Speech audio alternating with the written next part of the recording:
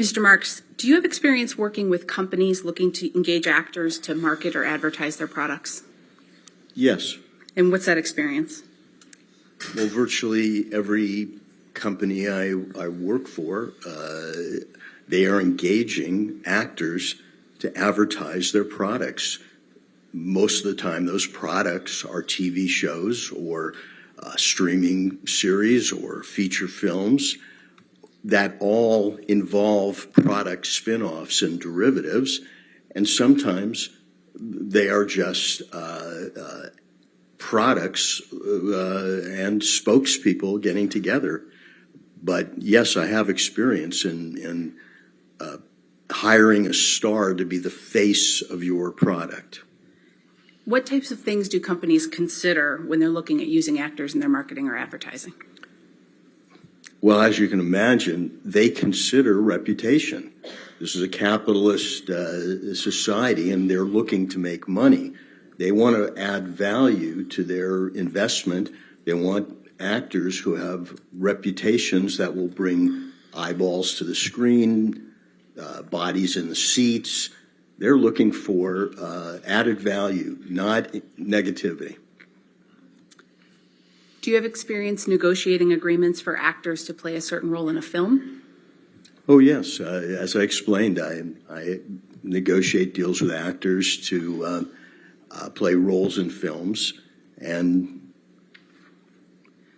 what's the significance of the actor in the starring role in the context of a feature film? The actor in the starring role becomes the face of the film, the product, the series. That actor is synonymous with the product.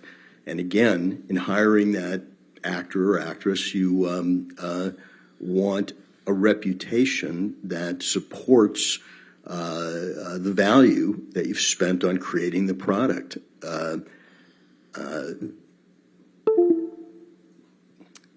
You might say that Pirates of the Caribbean is Johnny Depp and vice versa. That's the importance of hiring a star. What aspects of an actor's reputation might impact their ability to get hired by brands or studios? Well, again, on the other side of the coin, you wouldn't want to hire an actor who has negativity following them. You wouldn't want to pay to actually bring your brand down, your movie. And so that's very important, and especially in the last 5 years with the Metoo movement, you wouldn't want negativity hiring an actor who, quote unquote, had been canceled. Is there anything in particular that might prevent an actor from getting hired by a brand or a studio? Well, I mean, we're talking about illegal activity, a criminal record, but right now, the pinnacle of negativity in Hollywood is being accused of domestic abuse, sexual abuse, violence, and what we've seen is almost immediately terminations and cancellations for the investors, to the people who create that product, to move away from that negativity. I think you mentioned the Me Too movement. What's your understanding of what the Me Too movement is? My understanding of the Me Too movement is that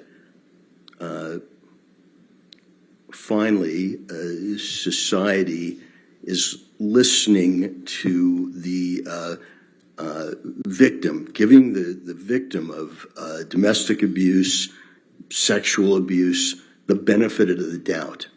And there has been a shift in our society from not doing that to now the victim gets the benefit of the doubt until there's too much doubt. And to me, that's the Me Too movement. One person can come forward and accuse Harvey Weinstein, and another person can come forward, and another, and another. That's the Me Too part of it. But they get the benefit of the doubt, whereas in the past, the victim didn't have that benefit.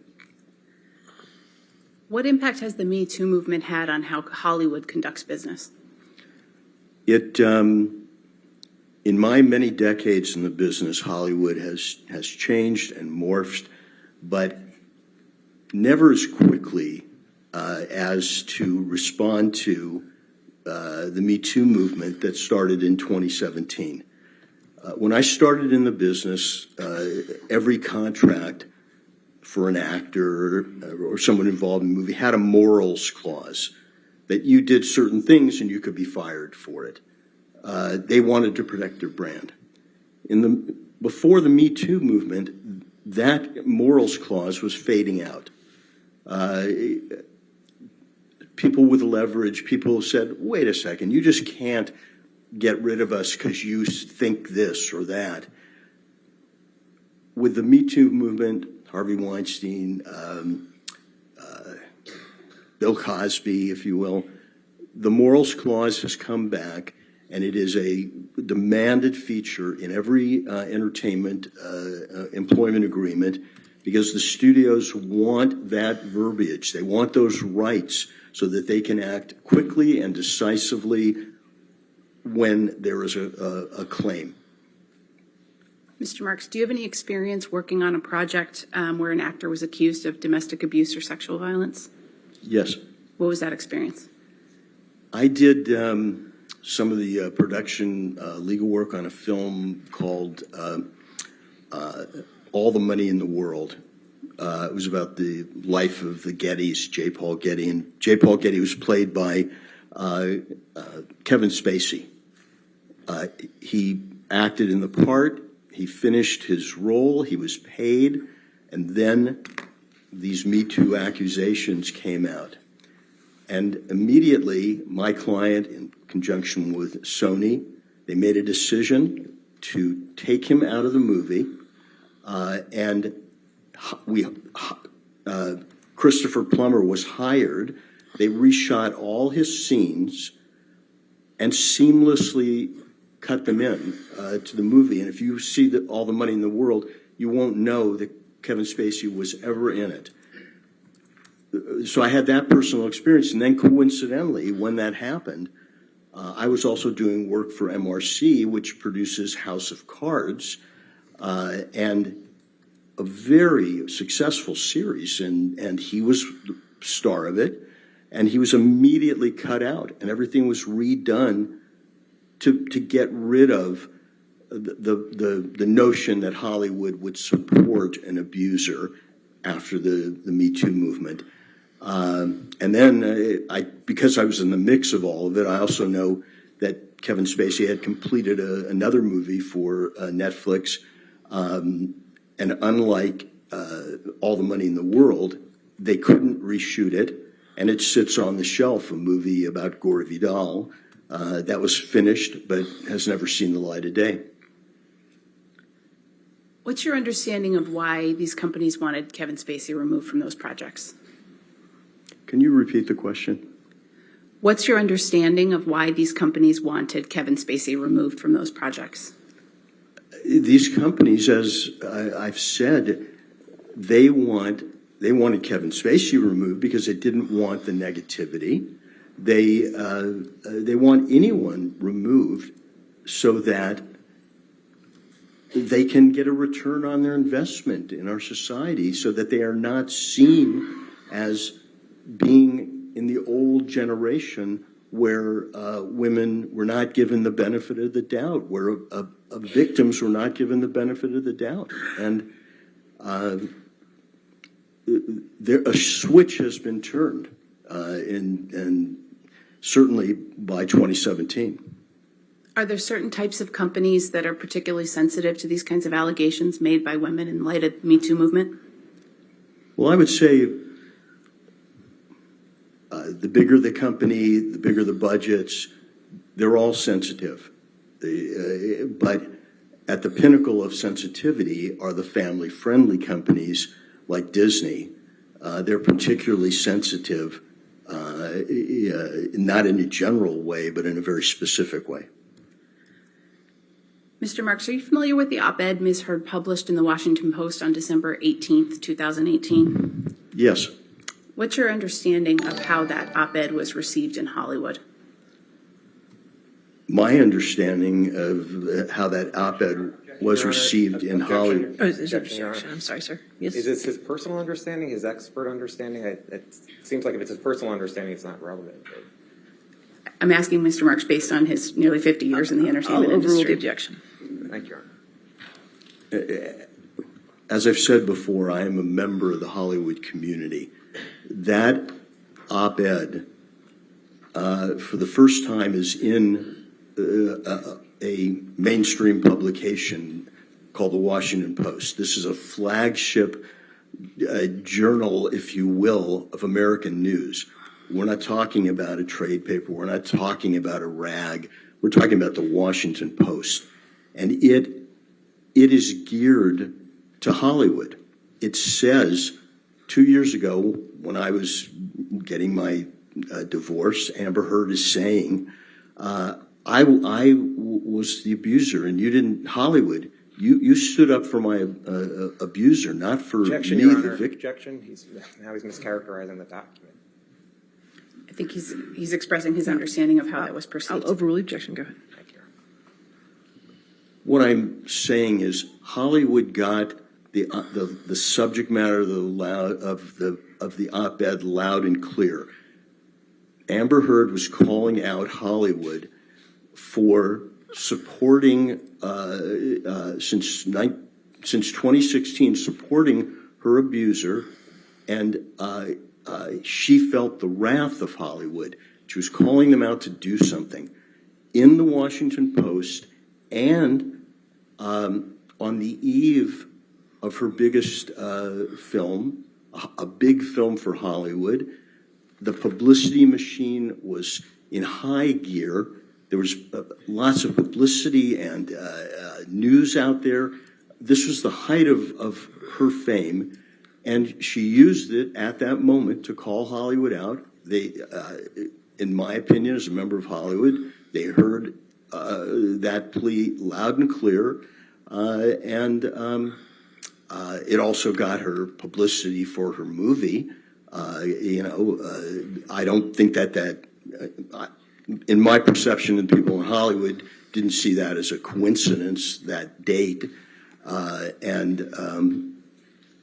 So yeah, in Hollywood, I think the message was received that she was sending. Mr. Marks, do you have an understanding of Mr. Depp's reputation in Hollywood with respect to whether or not he's on time to his film sets? Yes. What's your understanding? Hollywood has a history of putting up with major artists and major stars' idiosyncratic behaviors. We've always had divas like Marilyn Monroe who would stay in her trailer for half a day. Johnny Depp has a reputation of being Johnny Depp, and when you hire Johnny Depp, you get all of Johnny Depp, and that includes being late. And fortunately, in Hollywood, because of the budgets and the box office, you can budget for lateness. You can have second unit. You can have other shots. You have padding in budgets. You have insurance for accidents. But Hollywood knows Mr. Depp's reputation, and I heard someone say Hollywood puts up with diva and drugs. They only do that when money's involved and big stars are involved and artistry is involved. Mr. Marks, did you have an understanding of Mr. Depp's overall reputation in Hollywood prior to the publication of the December 2018 op-ed?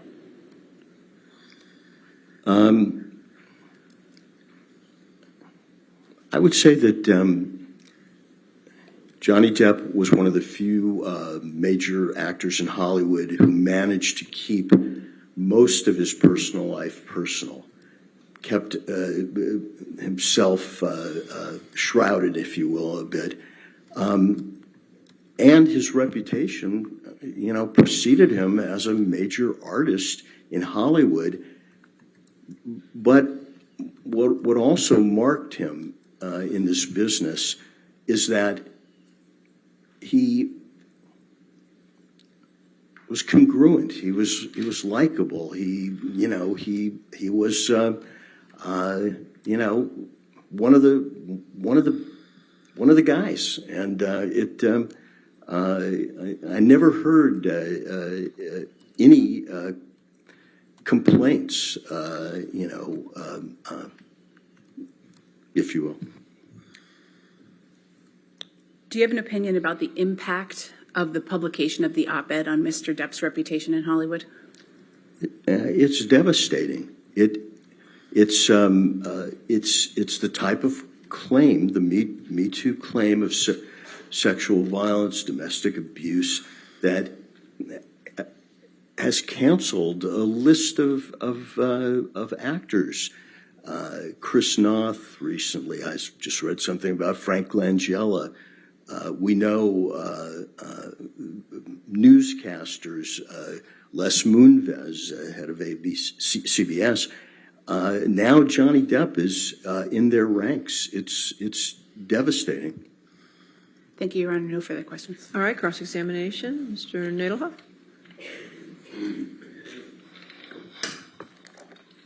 Good afternoon. Your rate in this case is $975 per hour. Is that right? That's correct. And you've never charged that higher rate in any other case, isn't that right? I've charged near that amount, but never that high, correct? That's correct. Okay. How much have you charged? How much have you received for this case? I'd have to look at my billing. During my deposition, the attorney who deposed me asked me the same question. I said I would look it up. I did during lunch, and then she never got back to it again. I don't remember how much it was then, and I don't have the figures now. And you don't know how many hours you worked on this case? I would guess, again, I'd be guessing, and I don't know if you want me to guess. I have a full-time transactional practice. This is a very small part of my practice. Okay. Now, you said you worked for Disney for less than a year, right? I worked for Disney about a year. Yeah, and that was in 1990, right? Yes. So that was 32 years ago? Yeah. Okay. And you worked at Greenberg Trauring from 2004 to 2006, is that right? That's correct. Your leaving was a mutual decision, was it not? Yes. Okay. Now,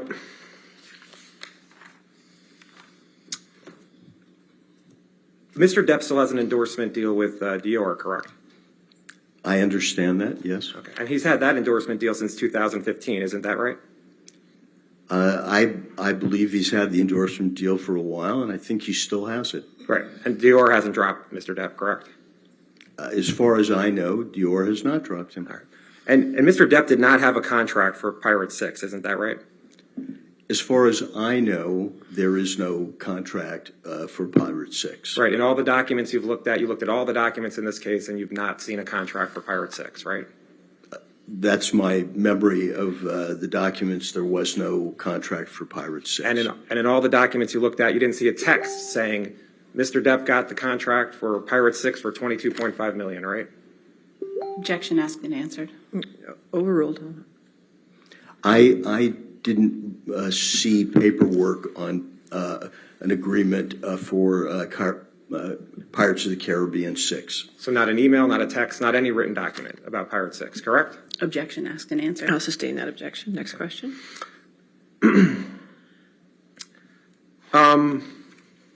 And you don't know one way or the other whether Mr. Depp will be in Pirates of Caribbean 6. You don't have a crystal ball, is that right?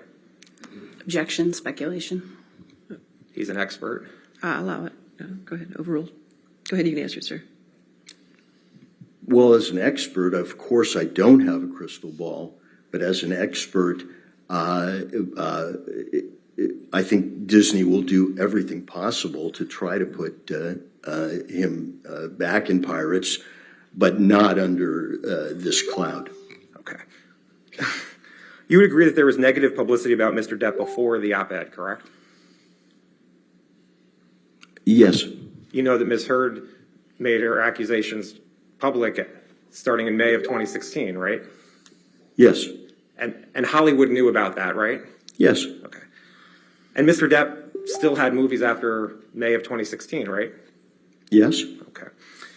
Now, you would agree that there was negative publicity about Mr. Depp being publicly drunk before the op-ed, correct?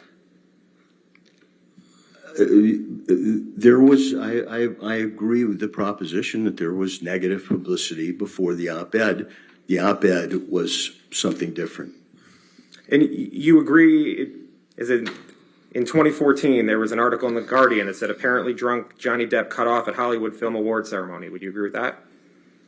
Again, I don't remember reading The Guardian, and I don't remember that particular incident, but I'll take you at your word. And you remember in looking through all the documents that you saw an article that Johnny Depp allegedly showed up drunk to movie premiere, reports say, right? That was in 2017.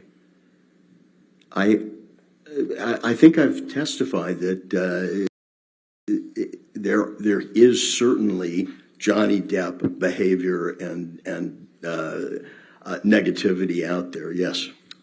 And that a family production studio like Disney wouldn't want to be associated with, correct? Again, you're talking about a very specific, series of 5 films that earn billions of dollars, and there is a line in Hollywood, as I've said, they'll put up with divas and drugs to make money, but now we've drawn a line in Hollywood at the domestic and sexual abuse. And in looking through the documents, you saw articles in June of 2018 that said vodka for breakfast, 72-hour drug binges, and spending sprees that beggar belief. You saw that? Again, I know these articles exist. I know they're not in the Washington Post. I don't know what article you're referring to, who wrote it, what publication it was in, but I know that those articles exist. And you'd agree that before the op-ed, Mr. Depp had a run of movie flops, wouldn't you agree? Every actor has, ups and downs. Mr. Depp, his career's been decades long. You would agree that in January of 2015, there was an article that said Johnny Depp is on his way to becoming the most overpaid actor in Hollywood. Again, you'd have to show me the article, but I don't doubt that some commentator trying to trade on being a smarty pants wrote that. And you'd agree that there was another article in 2015 that says, quote, has Johnny Depp become Hollywood's biggest joke? I don't know. Netflix has a whole festival going now. Netflix is a joke. And you'd agree that there is an article in Business Insider from 2015 that says Johnny Depp has his 5th box office bomb in a row. If that's what it said, it said. Are you just going to keep reading this? This is Mr. Depp's reputation. That's what you're talking about in terms of Hollywood, correct?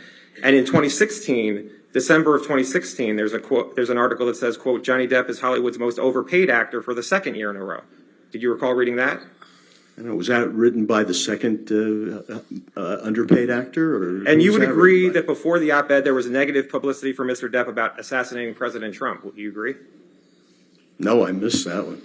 You didn't see an article in the New York Times that said Johnny Depp flirts with idea of Trump assassination, then apologizes?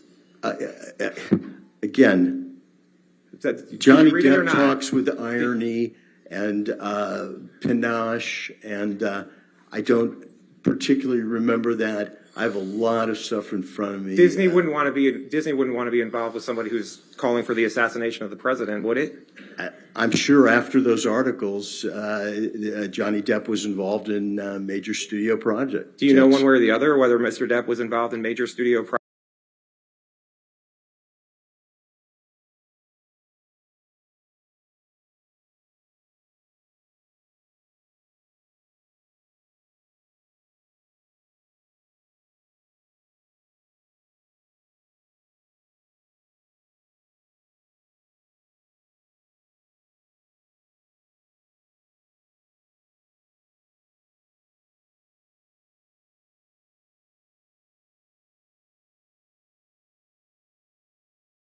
projects after June 23rd, 2017? I I think, again, I haven't quoted his IMDb page to memory, but he was in an animated film called Sherlock Gnomes. I think it was released, Paramount is one of the producers. I think it was released in 2017. Would you agree that before the op-ed there was negative publicity for Mr. Depp about punching a crew member on a film set? I heard about that. So that's people who work in Hollywood that Mr. Depp had an accusation of assault, correct? I heard about it, yes. And would you agree that there were stories about Mr. Depp drinking heavily on the set of Pirates 5? There were lots of stories that came out, and I'm sure that was one of them. And those stories came out in 2016 and 2017, before the op-ed, right?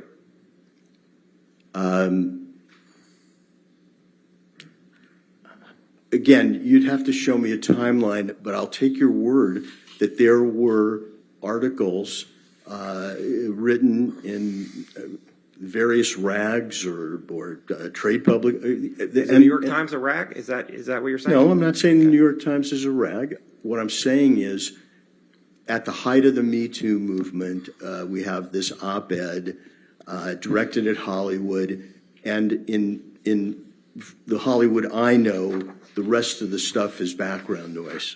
Now, and Pirates 5 did not make as much money in the box office as the prior Pirates movies did. Isn't that true? That's true. It only made about $800 million. It made less, though, than the first 4, correct? Yeah, and any company would want to have a box office hit that made $800 million. Now, can you put up Defendant's Exhibit 99, please?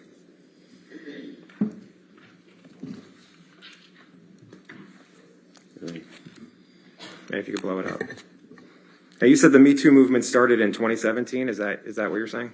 It actually started long before that, but it picked up steam to what we now call the Me Too movement in 2017. Okay. And do you recognize this article from Dan Wooten that says, "How can J.K. Rowling be genuinely happy casting wife-beater Johnny Depp in the new Fantastic Beasts film?" Yes, this article is in the UK Sun, which came to prominence by publishing topless women on page 3. And the article came out on April 27th, 2018, correct? I haven't skimmed through this, but I'll take your word for it. And I think what you're trying to say was that the Sun was a rag, so no one would pay any attention to it. Is that what you're trying to say?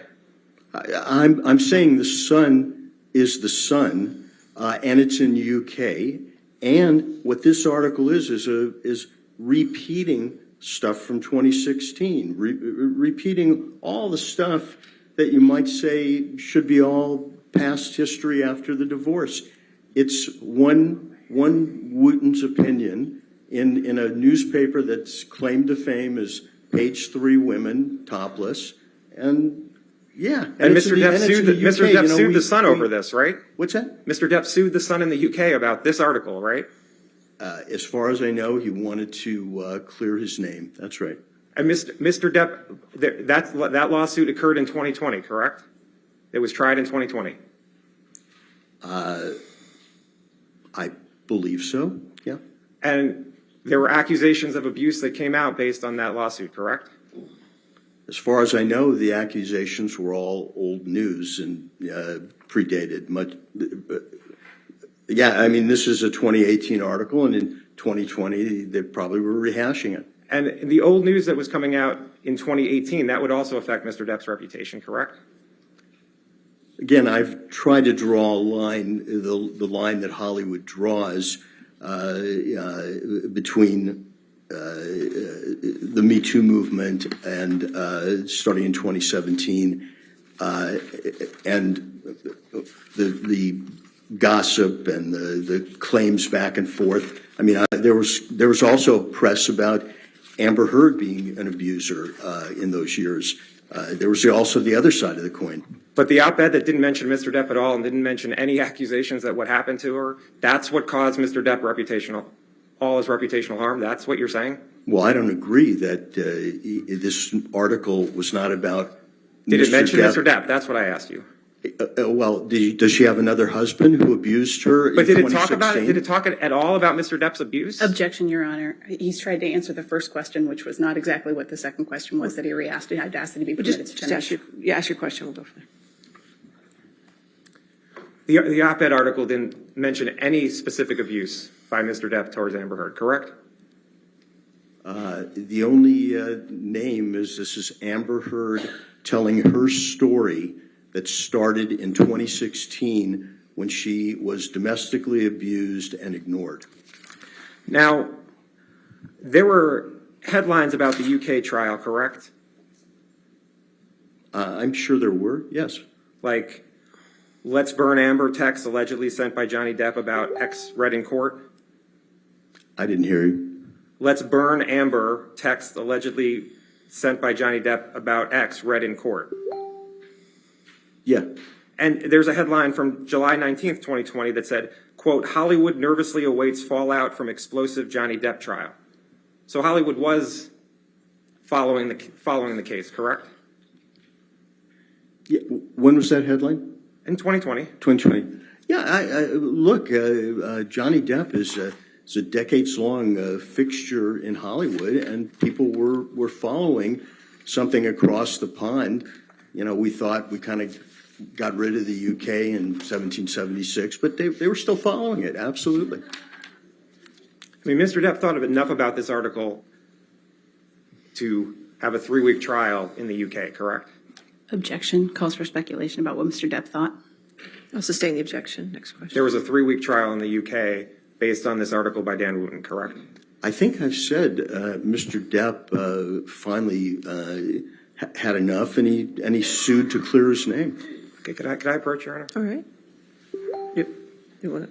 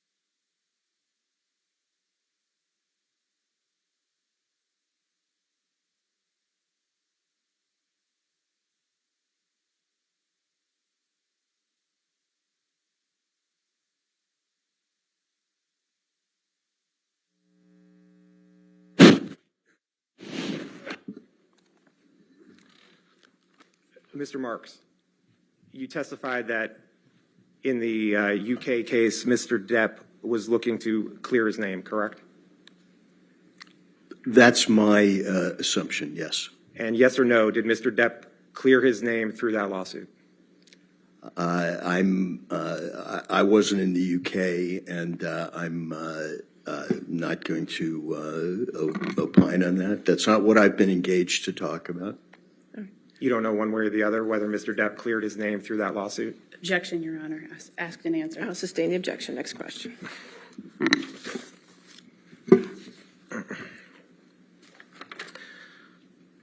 You understand, can you please put up Defendant's Exhibit 115?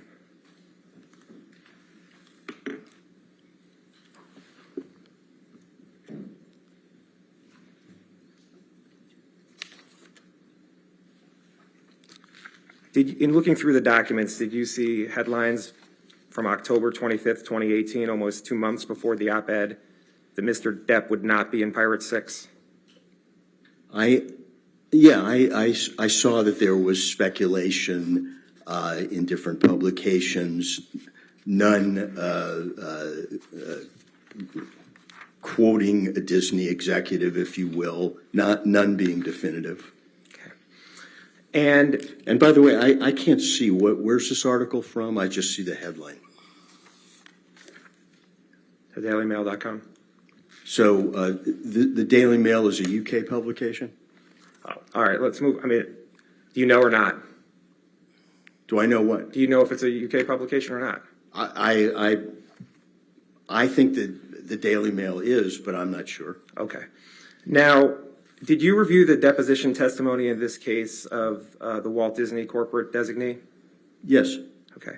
And do you recall that the corporate designee testified that Disney produced all documents related to its business relationship with Mr. Depp, including considering Mr. Depp for any work with Disney or future Pirates films, and she did not recall seeing the op-ed or any documents referring to the op-ed in that production of documents? I read the deposition. I don't recall seeing the op-ed in what Disney produced. What I do recall is that the person giving that deposition for Disney really had no contact with Jerry Bruckheimer or Sean Bailey. Just was someone that Disney put up who didn't know anything, is what I took. And you understand, you're a lawyer, right? You understand that a corporate designee is supposed to be in the shoes of the corporation talking for Disney, correct? Objection, Your Honor. I think that's outside the scope of his expertise in this case. Overruled. Okay, go ahead.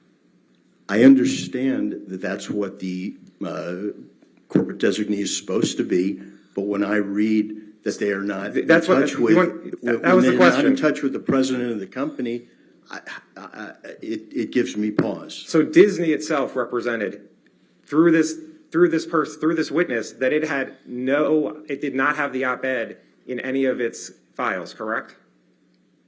I don't remember that passage in the deposition, but I can't remember. She certainly did not quote the op-ed or produce the op-ed or talk about the op-ed. Now, but in Hollywood, actions sometimes speak much louder than words. and did you recall that same corporate designee said that Pirate 6 is still possibly in development?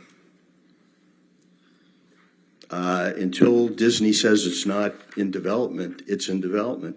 Okay. And can we put up Defendant's Exhibit 134?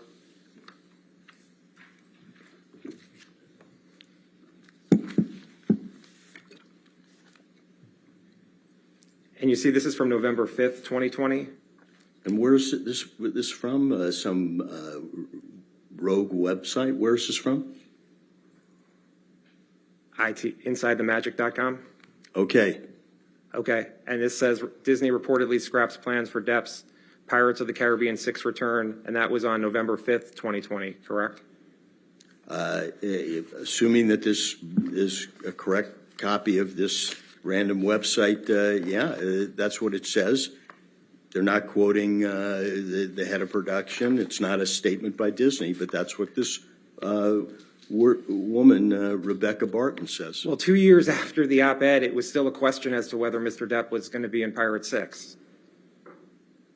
There was no contract for Mr. Depp to be in Pirate 6, but he was Pirates, and there would always be that question until Pirates is produced or until Disney says otherwise. And November 2020 was at the same time as all the publicity surrounding the UK case, correct? I think the UK judgment came out in November 2020. And this article came out 3 days after the judgment, correct? If the judgment came out on the 2nd, this is 3 days later in, what's this again, moviemagic.com? Correct. By Rebecca,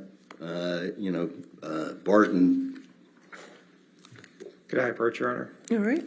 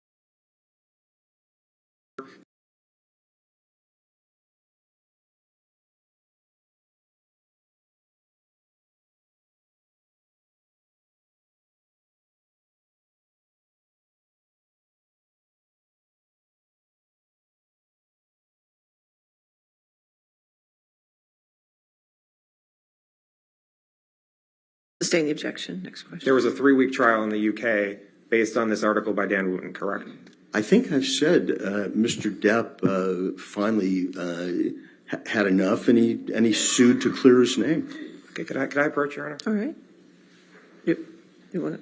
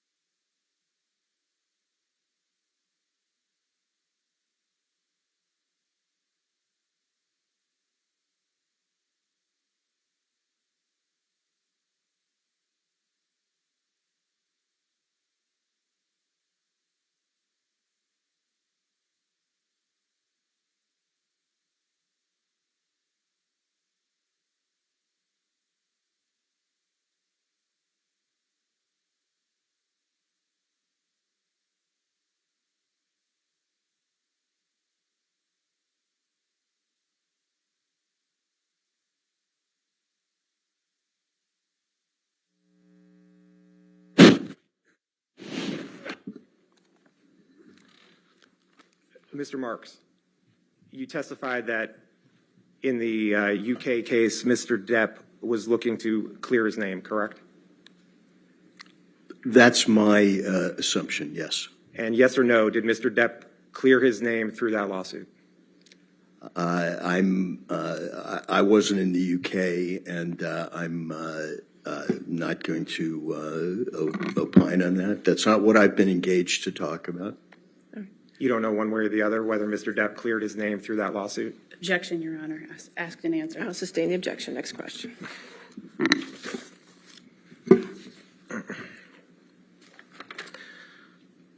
You understand, can you please put up Defendant's Exhibit 115?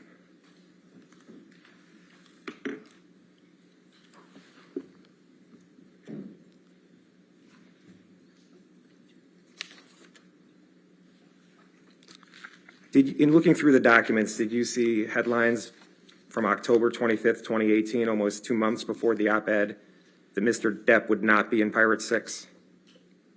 I saw that there was speculation in different publications, none quoting a Disney executive, if you will, none being definitive. And by the way, I can't see where's this article from? I just see the headline. TheDailyMail.com. So the Daily Mail is a UK publication? Oh, all right, let's move. I mean, do you know or not? Do I know what? Do you know if it's a UK publication or not? I think that the Daily Mail is, but I'm not sure. Okay. Now, did you review the deposition testimony in this case of the Walt Disney corporate designee? Yes. Okay. And do you recall that the corporate designee testified that Disney produced all documents related to its business relationship with Mr. Depp, including considering Mr. Depp for any work with Disney or future Pirates films, and she did not recall seeing the op-ed or any documents referring to the op-ed in that production of documents? I read the deposition. I don't recall seeing the op-ed in what Disney produced. What I do recall is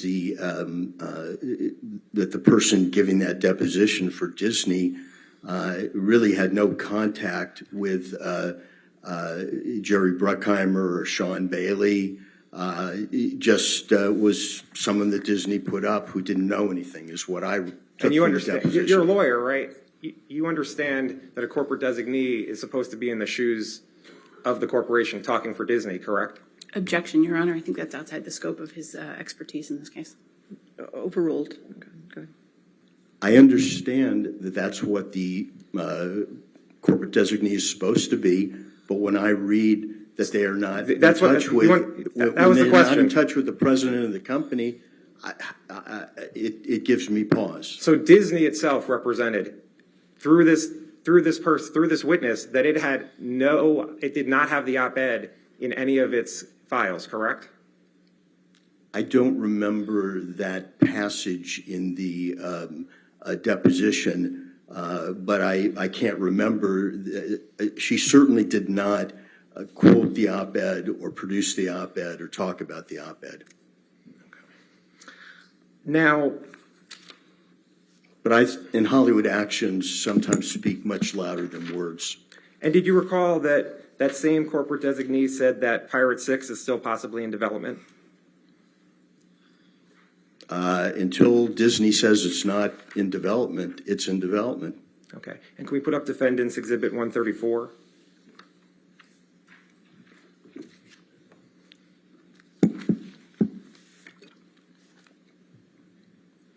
And you see this is from November 5th, 2020? And where's this from? Some rogue website? Where's this from? InsideTheMagic.com? Okay. Okay. And this says Disney reportedly scraps plans for Depp's Pirates of the Caribbean 6 return, and that was on November 5th, 2020, correct? Assuming that this is a correct copy of this random website, that's what it says. They're not quoting the head of production. It's not a statement by Disney, but that's what this woman, Rebecca Barton, says. Well, 2 years after the op-ed, it was still a question as to whether Mr. Depp was going to be in Pirate 6. There was no contract for Mr. Depp to be in Pirate 6, but he was Pirates, and there would always be that question until Pirates is produced or until Disney says otherwise. And November 2020 was at the same time as all the publicity surrounding the UK case, correct? I think the UK judgment came out in November 2020. And this article came out 3 days after the judgment, correct? If the judgment came out on the 2nd, this is 3 days later in, what's this again, moviemagic.com? Correct. By Rebecca,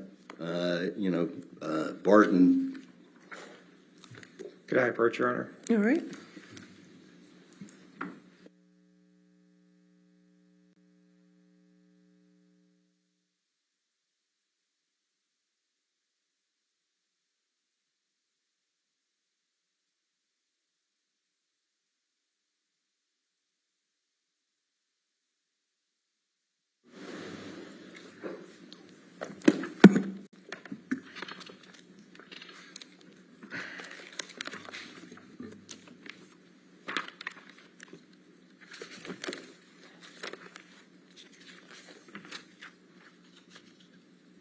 Now, isn't it true that you don't recall when you first read the op-ed?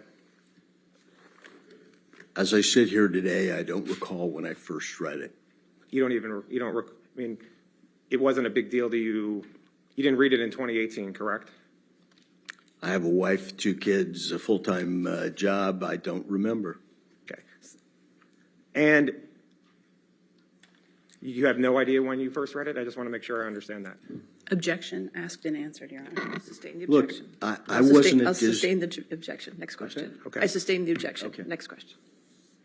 Now, you, as an expert in the entertainment field, do you know any actresses whose careers have gotten better after making accusations of a domestic abuse against an actor in Hollywood? I think that the taint sticks and to both sides, and I can't think of any actresses who have prevailed and who've been canceled.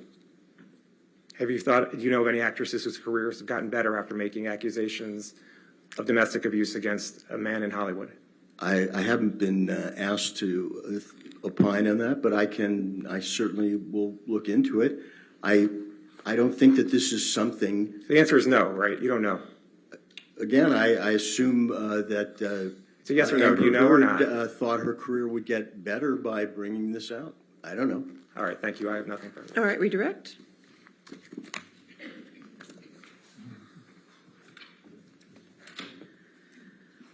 Mr. Marks, you were asked a series of questions about a number of publications and publicity related to Mr. Depp by Mr. Nadelhoff. Do you recall those questions? He asked a lot of questions about a lot of articles. And, sir, based on your experience in the entertainment industry, do you have an understanding of what types of publications carry the most weight in Hollywood? The publications that carry the most weight in Hollywood, in my opinion, after all these decades, are Variety, Hollywood Reporter, Washington Post, Wall Street Journal, New York Times. Those are the publications. And Mr. Nadelhoff asked you a number of questions about certain headlines related to Mr. Depp and various news coverage related to Mr. Depp. Do you have an opinion about the impact of those articles that you looked at with Mr. Nadelhoff on cross-examination on Mr. Depp's reputation in Hollywood? Again, I don't remember all the articles, but what I do know is that Johnny Depp had always had articles about him, and that didn't change the baseline. If you had a big project and it had a role for Johnny Depp, that didn't change the baseline. Is your opinion about the op-ed misheard author different than that? My opinion about the op-ed in the Washington Post was different. That was had a different quality of headline and article. Thank you, Your Honor. No further All right. questions. Is this witness subject to recall? He is, Your Honor. All right, sir, since you're subject to recall, the rule of witness does apply for you, so you cannot discuss your testimony and did not watch any of the case. Okay, sir? But you're free to go today, sir. Okay, thank you. Thank you. All right, watch your step there. All right, your next witness. Plaintiff calls Douglas Bania, Your Honor. Okay, can you spell that last name for me? B-A-N-I-A. Thank you.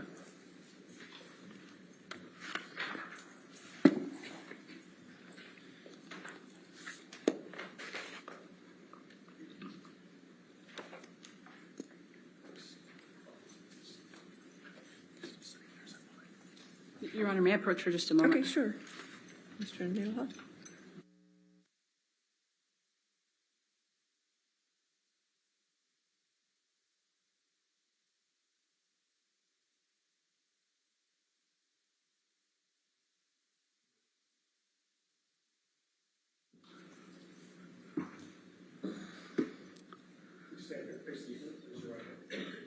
Do you solemnly swear or affirm to testify truthfully in this case for penalty of law? Yes.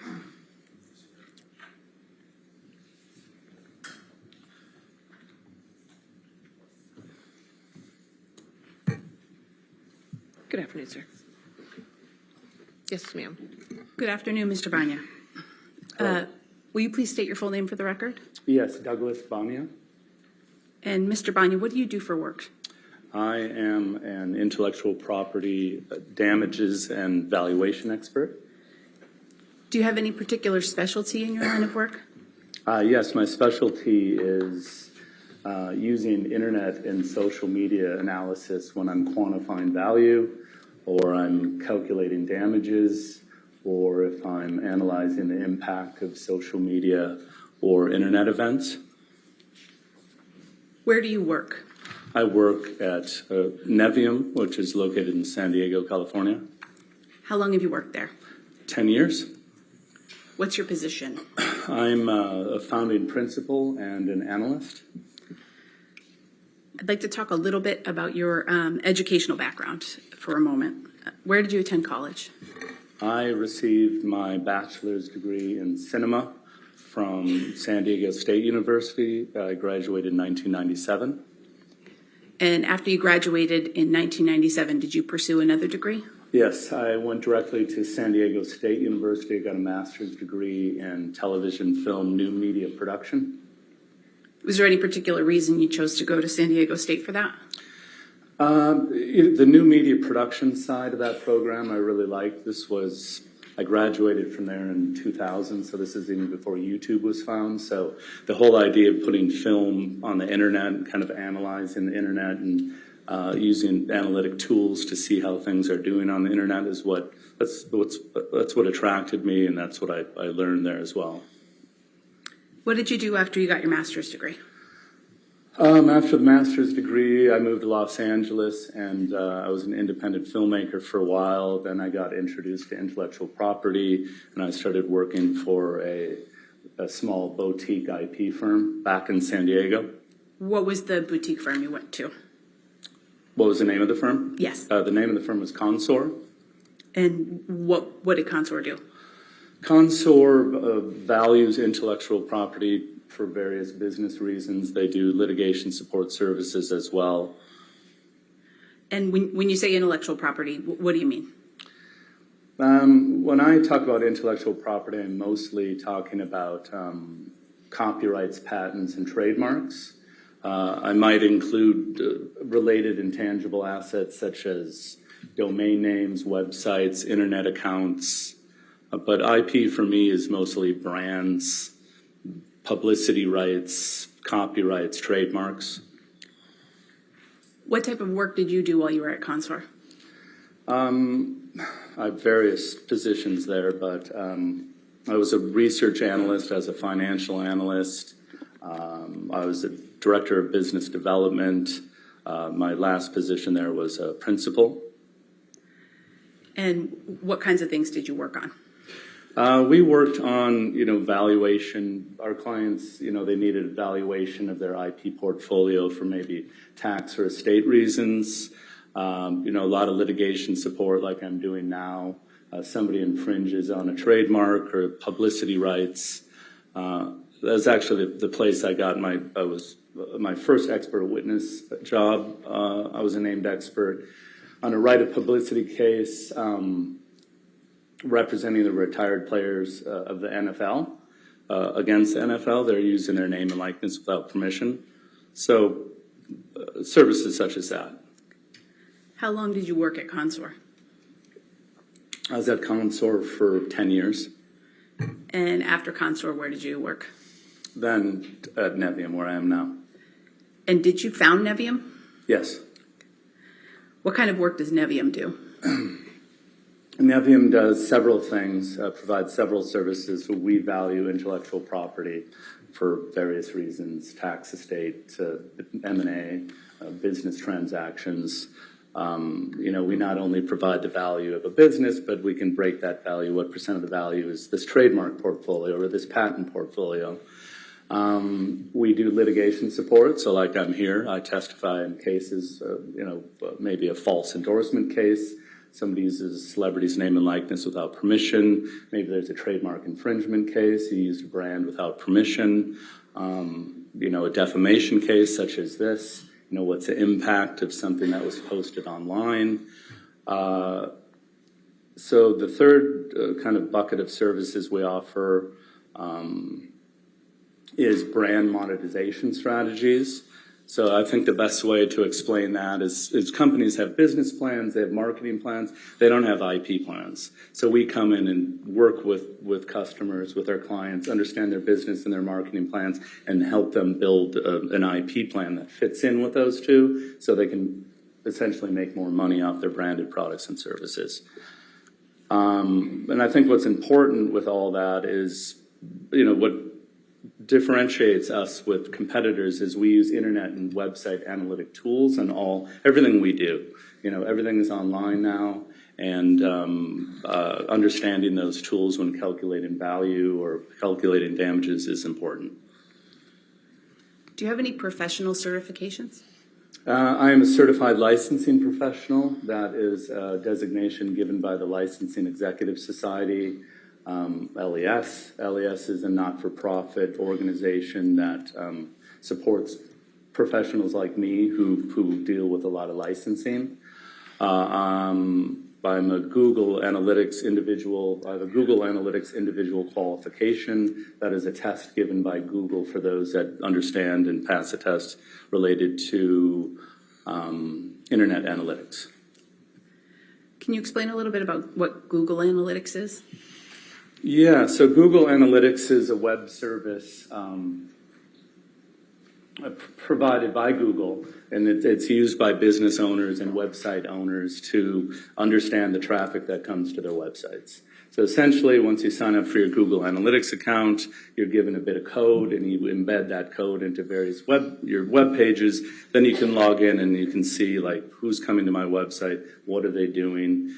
And really, it's essentially a tool for search engine optimization. The goal of the web is to show up number one in Google Organic. So then you'll tweak your website a bit. You'll look at your analytics, see if you're showing up on the first page of Google. If not, you can use those analytics to keep playing around and try to end up on the first page of Google.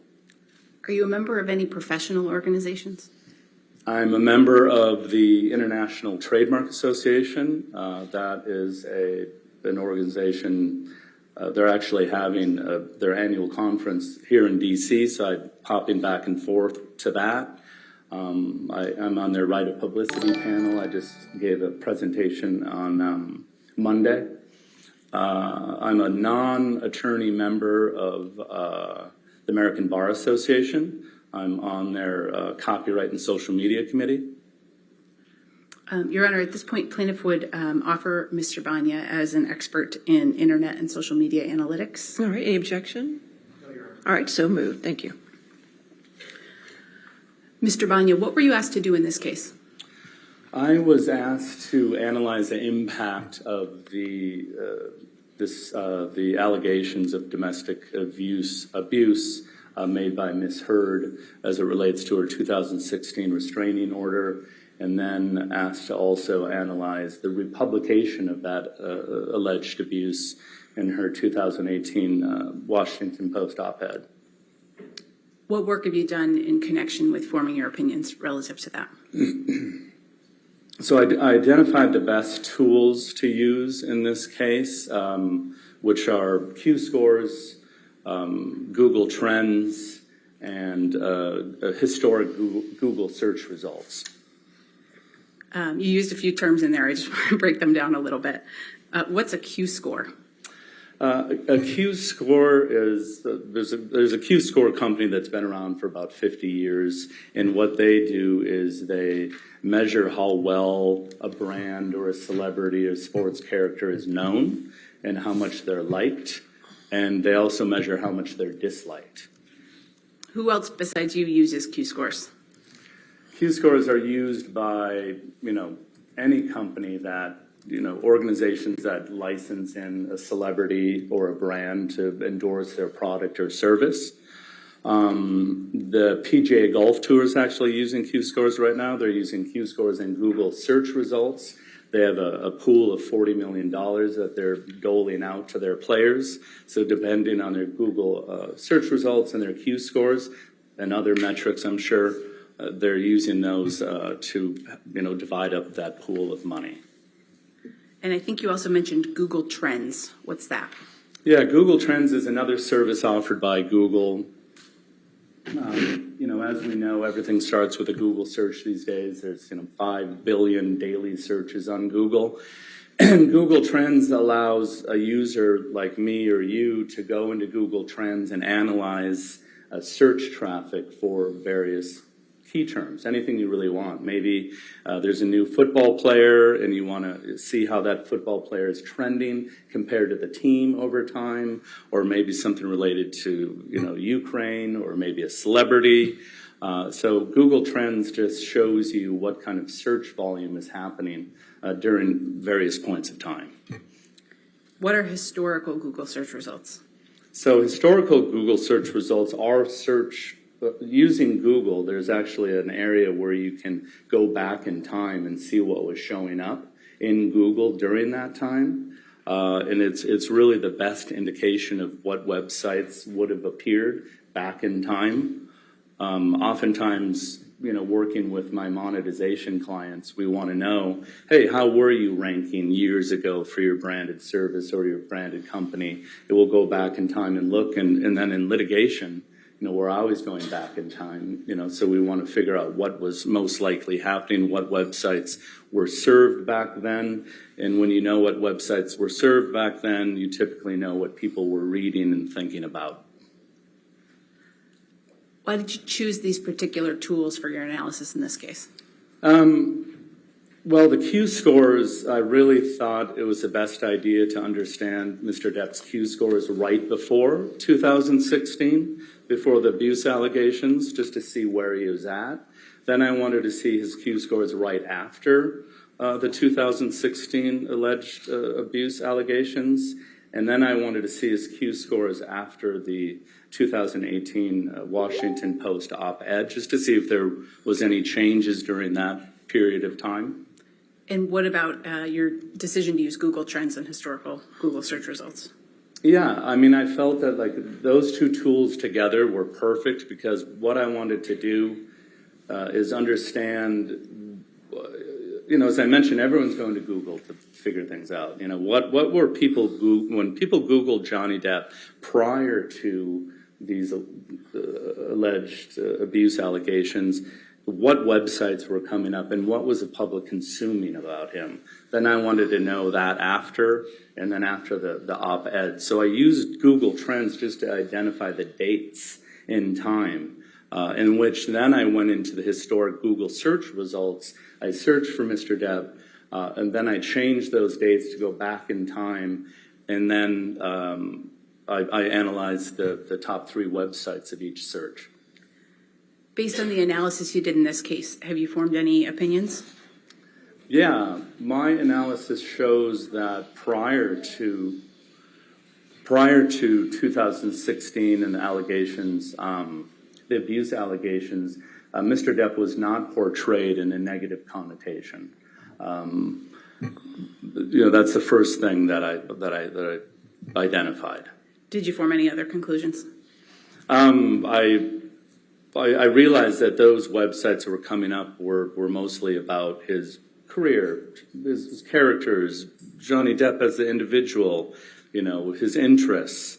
Then after the 2016 mark, the majority of those results turned into negative things about the abuse allegations. And then even more so after the op-ed, there seemed to be kind of a theme or a flavor of not only the abuse allegations, but his drinking and drug use. Did that answer your question? Yes. Okay. Yeah. Mr. Bania, have you prepared a demonstrative that depicts how you used Google Trends in this case? Yes. Your Honor, at this time, we'd like permission to approach. I have hard copies.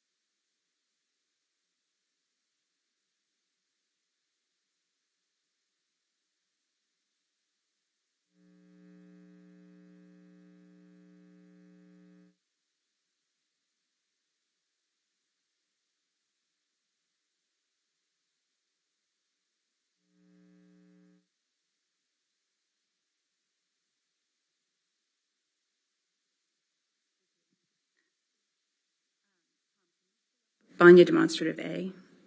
And just for the record, we've marked these as plaintiffs 1236 for identification. 1236 for identification. Do you want to publish it to the jury? Yes, please. Okay. And Mr. Bania, can you explain for the jury what is depicted in this demonstrative that you prepared? Yes. So this is the Google Trends data.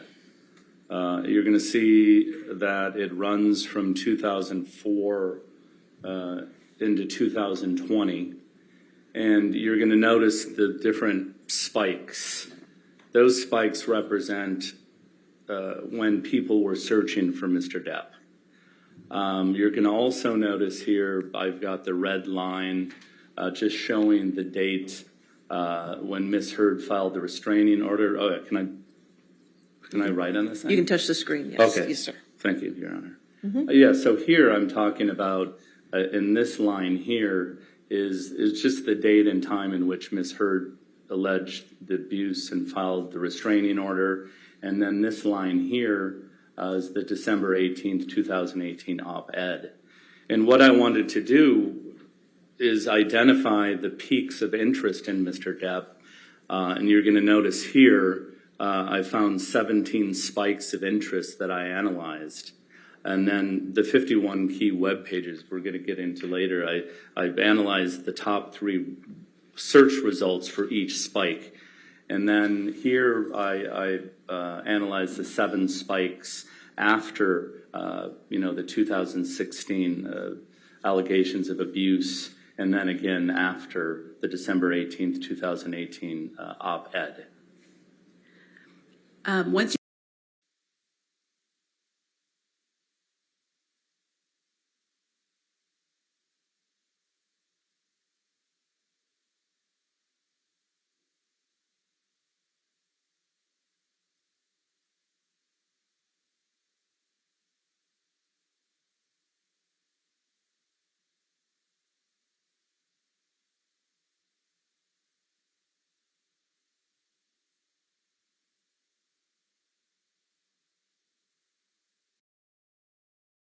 51 key web pages we're going to get into later. I've analyzed the top 3 search results for each spike. And then here I analyzed the 7 spikes after, the 2016 allegations of abuse, and then again after the December 18th, 2018 op-ed. Once you determined these spikes, the periods of significant interest in searches for Johnny Depp on Google, what did you do with that information? So, again, the purpose of using Google Trends was just to understand when there's the most interest in Johnny Depp, because for some reason something was going on in the news, in the media, people are turning to Google to search for Mr. Depp. So then I went to my web browser, and then I searched for Johnny Depp in Google. But before I did so, I have a separate web browser. I call it my workbench browser. I don't log into anything. It's important to be logged out of Google because Google keeps a profile. 17 points on the prior slide that we looked at. Yes, correct. And what did you do once you had your web page results, such as on this demonstrative? You mean when I reviewed each web page? Yes. Yeah, so what I was looking for is, were these web pages or articles, did they have anything to do with the alleged abuse? Did they have anything to do with his alcohol, drug use? Did they have anything to do with his work ethic? So I basically, tried to understand, the content and of each website or article. Did you look at all of the results that turned up when you ran these historical searches? I only reviewed the top 3. Why did you choose the top 3? So I reviewed the top 3 because the research shows that about 50 to 75% of the people only click on the top 3. So I wanted to get the majority of the searches. Tom, I think we can take that down for now. Thank you. What did you determine about the results that you found for the period prior to Ms. Heard's first allegations of abuse? So I determined that, Mr. Depp was not portrayed in any negative connotation. The web results were about his life and his career, his acting, his, pictures of him, relationships he was in, just pretty normal stuff. And what did you determine about the top results after Ms. Heard's initial allegations in 2016 and then the republication in the op-ed in 2018? Objection, Your Honor. Okay.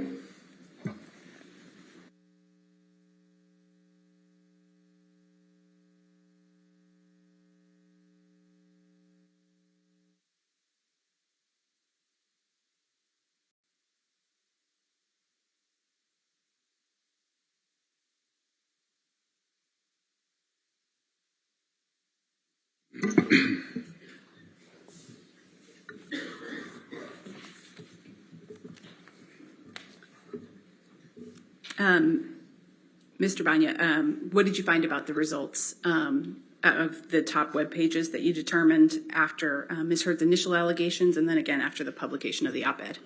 Yeah, so after the initial allegations in 2016, I found that the majority of them had to do with the alleged abuse. And then after I realized that the web pages that were dealing with the alleged abuse then started talking about his drinking and drinking and doing drugs. So it appeared to me that they became negative after 2016, but then after 2018, they even included the alleged abuse, but also included the drinking and drug use.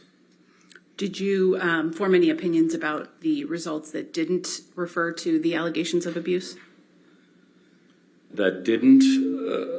I formed an opinion that, I'm not following your question, I'm sorry. That's all right, we can move on. Did any of the results that you analyzed refer to Mr. Depp's work ethic? No. Did you form any overall opinions about the results in the web pages that you looked at following Ms. Heard's accusations of abuse? Yes, as I stated, prior to 2016, the web pages were just about his daily life and career. After the 2016 marker point, they tended to include, the majority of them included, the allegations of abuse. And then after the 2018 op-ed, the ones that included the allegations of abuse were also talking about drinking and drug use. What was your overall view of the connotation of those results then? Yeah, so Mr. Depp was portrayed in a negative connotation after the 2016 allegations of abuse, and even more so after the 2018. You mentioned you also looked at Q scores as part of your analysis. How are Q scores calculated? Yeah, so Q scores, it's a survey of 1,800 people that happens twice a year. What they do is it's internet-based, and they measure how well a celebrity or a brand is known, how much they're liked, and how much they're disliked. Q scores, include sports figures, celebrities, even cartoon characters, brands. So that's how the scoring system works. Do you have a demonstrative that reflects the Q score analysis that you prepared? Yes. Okay. Tom, could we have demonstrative C, please? And Mr. Bania, what does this tell us about the Q score analysis that you completed? Yeah, so what this is saying, again, these spikes are the Google trends that you've already seen, but what I've overlaid are his Q scores shown in the red, green, and purple area. And as you recall, I wanted to find out his Q score prior to the allegations of abuse in 2016, where he had a positive Q score of 11 and a negative Q score, a positive Q score of 35 and a negative Q score of 11. And then I looked at the Q scores after, and then after the op-ed. And what did you determine about those Q scores? Yeah, so what you can see here, his positive Q score, which is represented in red, was a 35, and that was prior to the alleged abuse and the restraining order. And then after that, his Q score, positive Q score, dropped to a 31. And what that's saying is less people liked him after the date of the 2016 alleged abuse. And then his negative Q score went up from an 11 to a 16, which is telling you that more people disliked him during that time frame. And what did you find about the final Q scores that you looked at for Mr. Depp?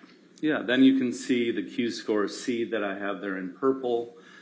His positive Q score went from a 31 to a 29. His negative Q score went from a 16 to a 15.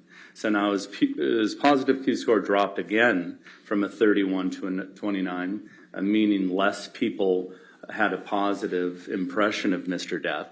And then his negative Q score did go from a 16 to a 15, so not as many people disliked Johnny during that time frame. What are your overall opinions about the Q scores that you analyzed? So my overall opinions are, as I mentioned earlier, I wanted to analyze the Q scores during this snapshot of time.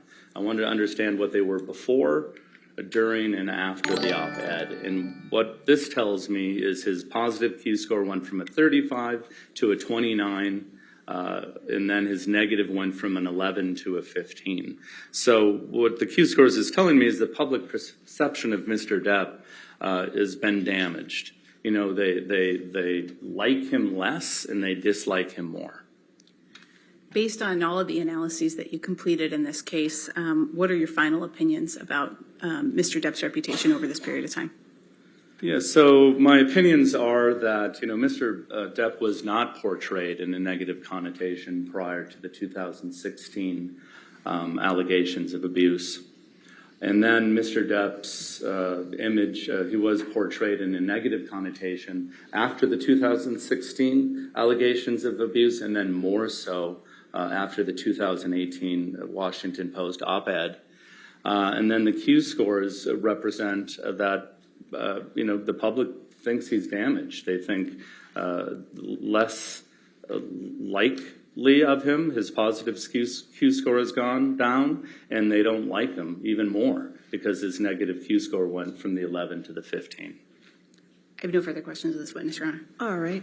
Ladies and gentlemen, let's go ahead and take our afternoon recess of 15 minutes. Do not discuss the case and do not do any outside research. Just stay right there for a second, sir.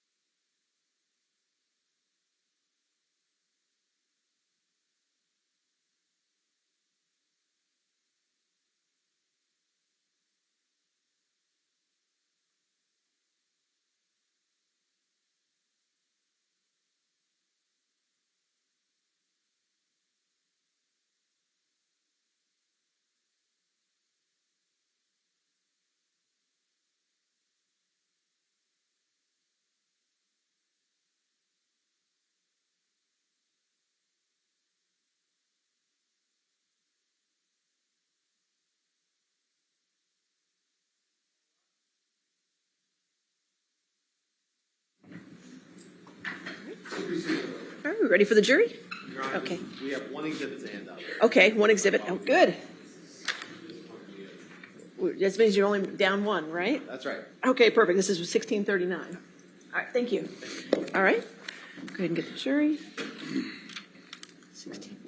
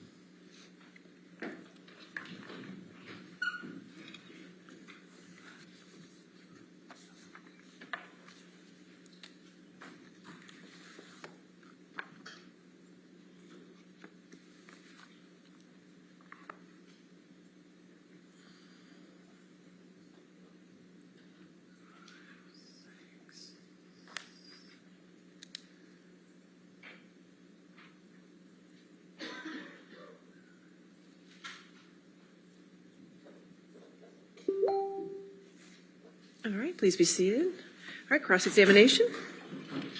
Good afternoon, Mr. Bania. Good afternoon. Mr. Bania, you understand that this case is about the op-ed in December of 2018, correct?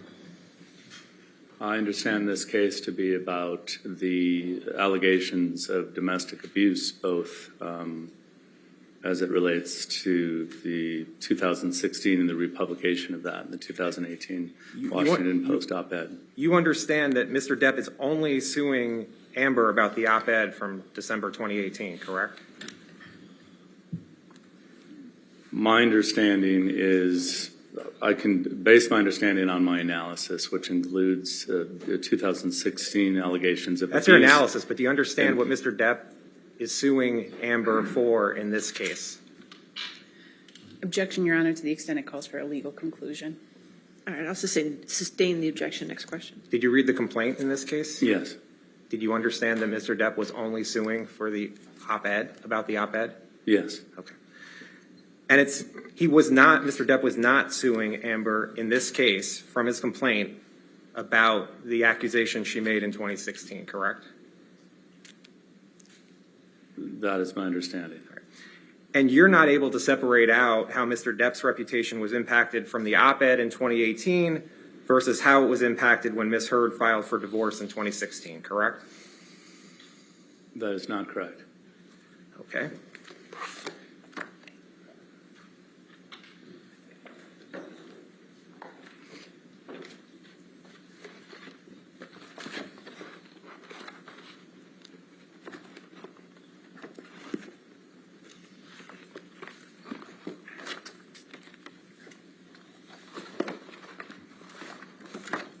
May I approach, Your Honor? Yes, sir. Thank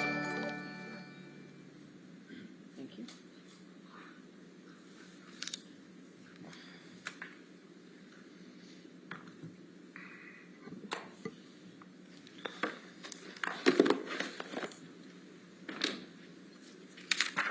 Mr. Bania, you took a deposition in this case, Yes, I did.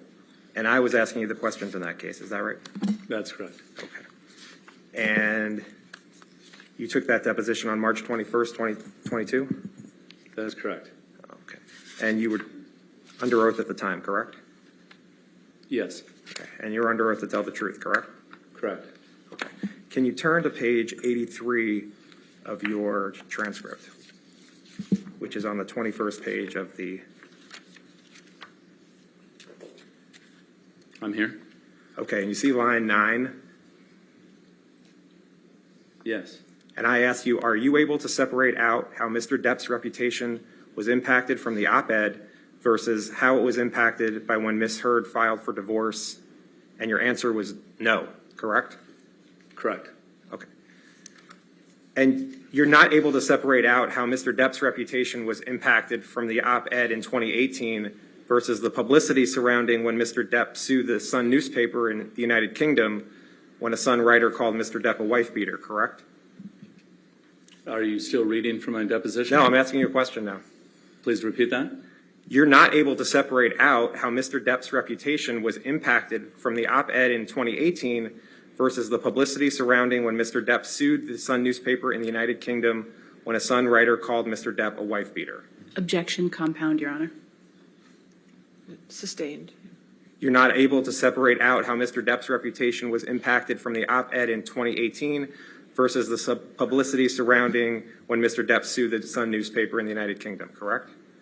My analysis shows that the web documents that I reviewed after the 2018 allegations. Respectfully, this is a yes or no. got worse. This is a yes or no question. Please repeat the question. You're not able to separate out how Mr. Depp's reputation was impacted from the op-ed in 2018 versus the publicity surrounding when Mr. Depp sued the Sun newspaper in the United Kingdom. That was not part of my analysis to carve that out. And you didn't. You wouldn't. You were not able to separate it, correct? I didn't try to. Okay, and so you couldn't. I didn't try it. Okay. And you understand that the article Mr. Depp sued the Sun over had the headline that said, "How can J.K. Rowling be genuinely happy casting wife-beater Johnny Depp in the new Fantastic Beasts film," correct? I don't recall if that's one of the articles I reviewed. Do you know if that article came out before Ms. Heard's op-ed? I don't know. Now, you're not offering an opinion as to how the op-ed from Ms. Heard in December 2018 impacted Mr. Depp's career, correct? Repeat that, please. You're not offering an opinion as to how the op-ed from Ms. Heard in December 2018 impacted Mr. Depp's career. Correct. Okay. And you're not offering an opinion as to how the op-ed from Ms. Heard in December 2018 impacted Mr. Depp's reputation. What I'm doing is It's a yes or no. Are you offering an opinion to that or not? My opinion is related to his public image. You're not offering an opinion as to how the op-ed from Ms. Heard in December 2018 impacted Mr. Depp's reputation, correct? I'm not talking exactly about his reputation, correct? And you're not offering an opinion as to how the op-ed from Ms. Heard in December 2018 impacted Mr. Depp's public image, correct? I'm offering an opinion that after the 2018, It's a yes or his no, public sir. image. It's a yes or no. You're not offering an opinion as to how the op-ed from Ms. Heard in December 2018 impacted Mr. Depp's public image. I am. Turn to your deposition transcript, please. And if you go to page 74, which is on page 19.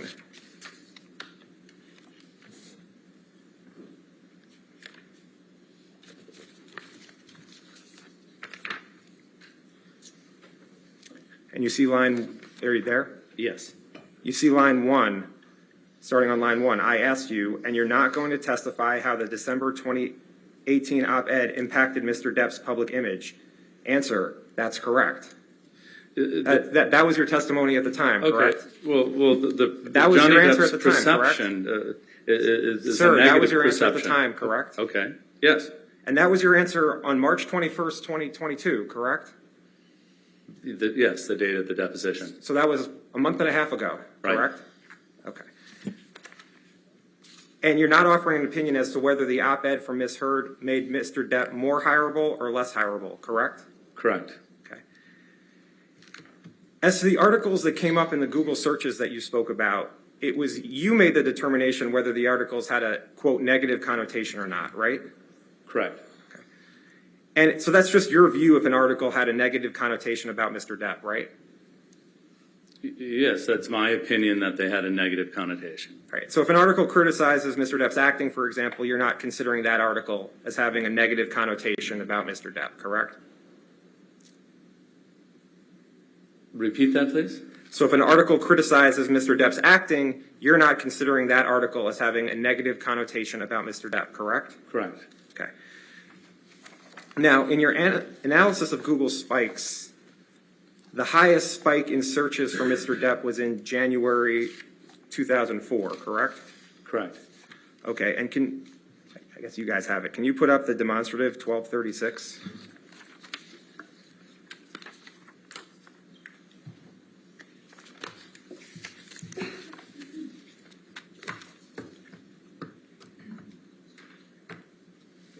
It's published. And can you see that, Mr. Yes. Van? Can we make it just a little bit bigger?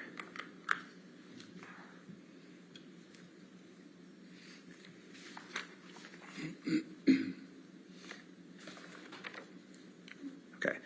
So if I'm understanding you correctly, A is where the most searches were conducted for Johnny Depp, correct? Correct. And that's from Johnny Depp at that point, correct? Well, the Google Trends algorithm marks the highest point of search as 100, and then everything is compared to that as a ratio or a percent. So if you notice that A is 100, everything else is lower than that because everything is being compared to that highest point. Right, so you don't know how many people actually did the search for Johnny Depp in January 2004, correct? Correct. It could be 100 or it could be 1 million, right? I don't know. And you don't know if it's actually human beings doing these searches, correct? As opposed to bots or something like that. I did not do an analysis to determine if there's a bot or a human being, but Google Trends is a tool that's going to show you during a time frame the highest point of search interest as 100. Okay. But you don't know if it's humans, bots, my cat doing the searches, correct? Objection asked and answered, Your Honor. Sustained. Next question. Now, in all of these Google spikes, Ms. Heard's op-ed never came up as one of the top 3 searches in any of the Google spikes, correct? Well, that is correct because Google Trends is based on a search of a word or a name. And because Mr. Depp's name was not mentioned in that op-ed, Google Trends did not pick that up. So person does a search for Johnny Depp and the op-ed doesn't come up, correct? In my analysis, the op-ed did not come up. Okay. And in fact, the red dotted line all the way to the right, that shows when the op-ed was published on December 18th, 2018, correct? Yes. Okay. And the searches are actually going down right after the red line, correct? As opposed to the searches in 2004? Look at the red line, look at the red dotted line, and you have two points here, right there. Those go down from the time of the op-ed, correct? Correct. Okay. And isn't it true that the next, I guess, spike happens in March of 2019, correct? Right there. Yes. And do you know that it was March of 2019 when Mr. Depp sued Amber Heard in this case? No, I didn't look at that date. Right. You didn't look at any articles for this bullet, correct? That's correct.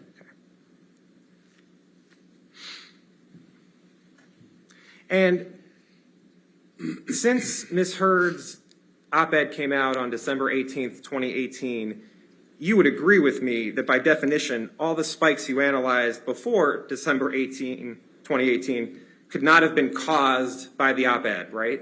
Correct. So articles about Mr. Depp's drug use before December 2018 could not have been caused by the op-ed, correct? Correct. Okay. And you, in this chart, analyze only 2 spikes after the op-ed, isn't that right? That is correct. Okay. And the first spike you analyzed after December 2018 is V, correct? Yes. And is that January 2020? Roughly, yes. Okay. So that's January 2020 is over a year after the op-ed by Ms. Heard, correct? That's correct. Okay. And then the next spike you analyzed was T, correct? Yes. And that was in approximately July 2020? Correct. Okay, so that was a year and a half after Ms. Heard's op-ed, correct?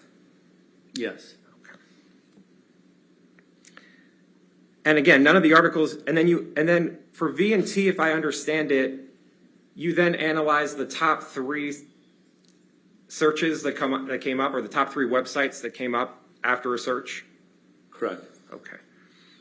And none of the articles you analyzed in those Google spikes after the op-ed were the op-ed, correct? Correct. Okay. And isn't it true that the headlines of the articles over a year after the op-ed that you analyzed were about Mr. Depp suing the Sun in the UK for a Sun writer calling Mr. Depp a wife beater? You would have to pull those articles back up. I don't have those in front of me. Isn't it true that the article, and just so I understand it, V and T, that would mean there were 6 articles, correct, that you analyzed? Yes. Okay. And isn't it true that the article on February 26, 2020, the headline was, quote, Johnny Depp's disturbing alleged text messages read aloud in court as libel lawsuit begins? Again, I don't have that article in front of me. I did produce those as part of my analysis. I don't have that in front of me, if you'd like to show it to me. And you understand that that was about the lawsuit against the UK, not about the op-ed, correct? Again, I did not have that in front of me. And another article that came up on February 27th, 2020 is one of the top 3 hits when you search for Johnny Depp. What the headline was, quote, let's burn Amber, text allegedly sent by Johnny Depp about X read in court. I mean, if you want to talk about these articles, we need to bring them up. this is your opinion. You don't recall what articles you analyzed? I mean, there's a lot of articles here. I didn't memorize each title. There were 6 articles that you Okay. analyzed in the almost 2 years after the op-ed. All right, can you bring those up and we can talk about them? And on July 19th, 2020, the headline was, quote, Hollywood nervously awaits fallout from explosive Johnny Depp trial. You don't recall one way or the other whether that was one of the articles in either V or T? Again, I know if you want to bring up my documents, I know document 9J, 9O, 9K, and 9M are mentioning the op-ed. Again, I don't have those in front of me. And when you say mentioning the op-ed, does that mean that it just references that Mr. Depp sued Amber Heard in Fairfax? No, it talks about how he's alleged to have abused her as it relates to the op-ed. Doesn't it say, I mean, another headline from July 19th, 2020, the headline was, quote, Hollywood nervously awaits fallout from explosive Johnny Depp trial? Objection asked and answered. I'll sustain the objection. Next question. You understood that was about the lawsuit against the Sun in the UK, correct? Objection asked and I answered. didn't ask about that. Overruled. Again, I would like to talk about these articles, but I need to see them. And on July 19th, 2020, the headline was, quote, Johnny Depp versus Amber Heard, all the nasty bits of the UK trial, and it's all nasty. That was in point T, correct? Again, I do not have that list in front of me. If you'd like to bring that up, we could talk about it. And you understood that was about the lawsuit against the Sun in the UK, correct? I do not. And on July 19th, 2020, the headline was, quote, Johnny Depp claims in the Sun he beat ex-wife, complete lies, court told. That was the quote, correct? I don't see that here. That was in your report, correct? I would have to look at the documents again. I would be happy to discuss them if you would bring those up. And then you previously had a chart that had articles from November 2020, correct? I'm sorry, say that? You previously had a chart that included articles from November 2020, correct? Objection, Your Honor. May we approach on Okay, this? sure.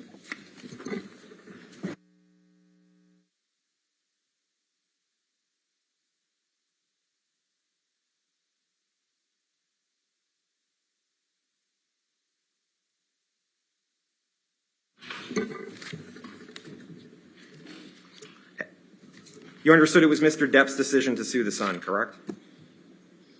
I don't know. That's not part of my analysis. Now,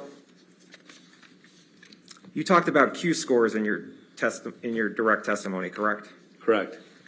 And you testified about 3 particular Q scores for Mr. Depp, right? 3 periods of time are the Q scores that I analyzed. And you're not offering an opinion as to why Mr. Depp's Q scores changed, correct? That's correct. And Q scores can go up and down for actors for any sort of reason, correct? That's possible. You recall testifying that they could go up and down for any sort of reason in your deposition. Yeah, they can go up and down for many different reasons. So you're not offering an opinion that Mr. Depp's Q scores were damaged because of Ms. Heard's op-ed, correct? That's correct. And in comparing the Q scores from before the op-ed to the Q scores after the op-ed, Mr. Depp's Q scores dropped by 2 points, correct? I don't have those Q scores in front of me, but if you're looking at them, I believe. We can show the 3rd page of this demonstrative. What was your question, please? Mr. Depp's positive Q scores from B to C dropped by 2 points, correct? Yes.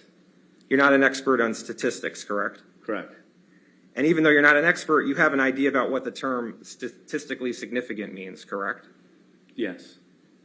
And statistical significance is a measure of whether your findings are meaningful, right? Yes, I don't think you need statistics to understand Q scores. And you don't know if there's any significance to a drop in 2 points in positive Q score, correct? Well, there absolutely is. When you're ordering Q scores on points in time. Mr. Bania, go to your deposition, page 113, which is on 29.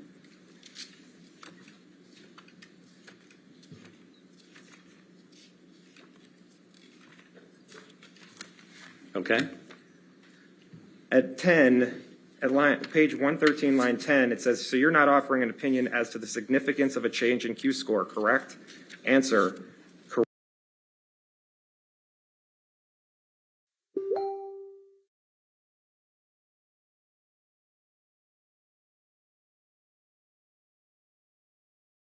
correct.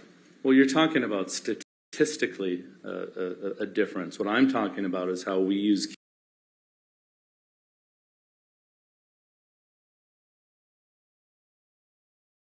Q scores in the industry. When you see a Q score dropping from a 31 to a 29, there's an issue. Is this somebody you really want to hire to endorse your products or your service? No, you probably not. You want to look into why, what is going on in the public to make these Q scores drop like that. And you don't know exactly the significance between 5 or 6 points of drop in Q score, correct? Correct. Okay. Now, and it shows here that Mr. Depp's negative Q score actually got better from point B to point C, correct? Correct. So that's actually better for Mr. Depp, correct? Correct. Okay. And you understand that Dr. Alan Jacobs reviewed your opinions in this case? Yes. And you understand that Dr. Jacobs reviewed additional Q score data, correct? Yes. Okay. Can we please put up Plaintiff's Exhibit 889 at 117?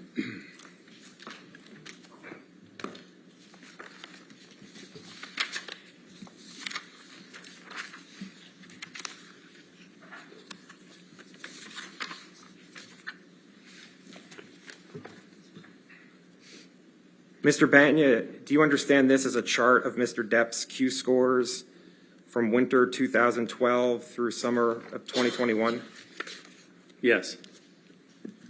Do you have any reason to question the Q scores that are shown in this chart? Like I said in my deposition, I have not received the actual data to build this chart, but I don't have any reason to not believe that this is accurate. As I understand it, Q scores are performed on a celebrity like Mr. Depp twice a year, correct? Yes. So there's winter of a particular year, and then there's summer of a particular year? Yes. And the winter scores come out around February, is that right? I don't have that information in front of me, but it sounds right. And so would you know when the summer scores come out? I don't. Okay. And this chart shows, well, permission to publish this chart as a demonstrative, Your Honor. Any objection? I don't think this witness has laid an appropriate foundation for it, Your Honor. He said he has no reason to question the Q scores. I'll allow it as a demonstrative. That's fine.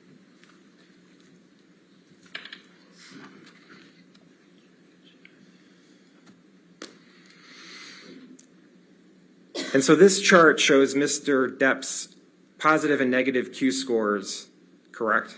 Correct. And the positive Q scores are in blue. That's correct. Can you blow it up a little bit, Michelle? And the negative Q scores are in red? Yes. Okay. Objection, Your Honor, may we approach for a moment? Yes.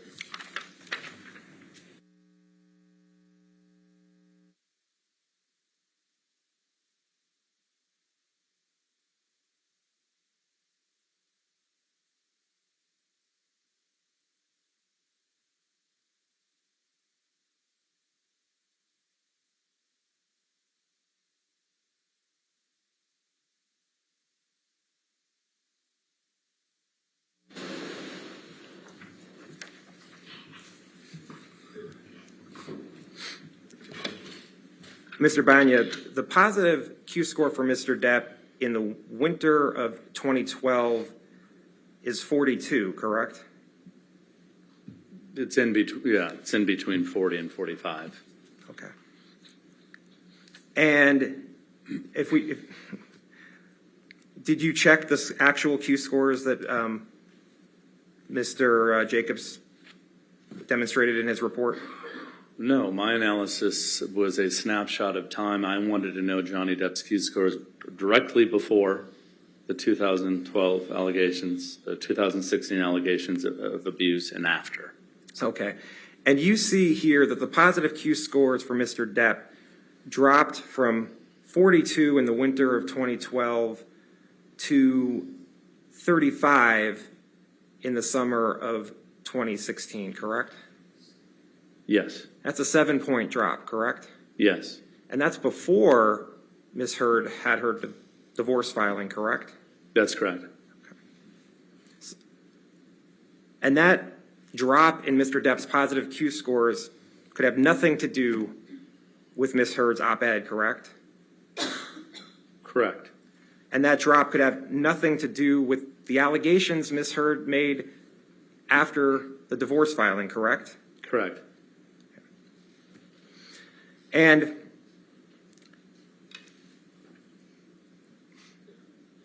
would you agree that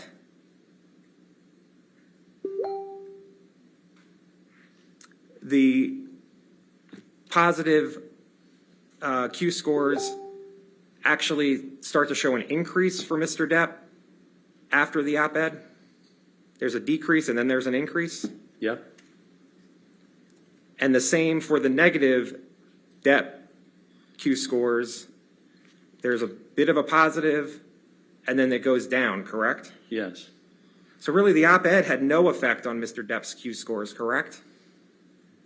As I mentioned, my analysis looked at the snapshot of time, and it shows that he was harmed, from before the allegations of abuse in 16 to after the op-ed in 2018. You looked at 3 Q scores, and you could have looked at 1, 2, 3, 4, 5, 6, 7, 8, 9, 10, 11, 12, 13, 14, 15, 16, 17, 18. I won't even count the 2021 scores. 18 Q scores, correct? Yep. Okay. And you looked at 3, right? That's correct. And that's what you're basing your opinion on, that the op-ed damaged Mr. Depp's Q scores? Yeah, so what we need to That's my understand point. is Q scores My question is a yes or do no. go Your up counsel and can down. come back and ask what you I whatever you wanted want. to do Your is Honor. I wanted to Sir, analyze. if you could just answer his yes or no Oh, question. sorry. That's fine. I didn't hear your question. You looked at 3 Q scores instead of 18 Q scores, correct? That's correct. And did you look at the Q scores at all after the Dan Wooten article that came out in April of 2018? Objection, asked and answered, Your Honor. I don't think I asked that. Overruled, I'll allow it. No. Okay. Thank you. I have nothing further. All right, redirect.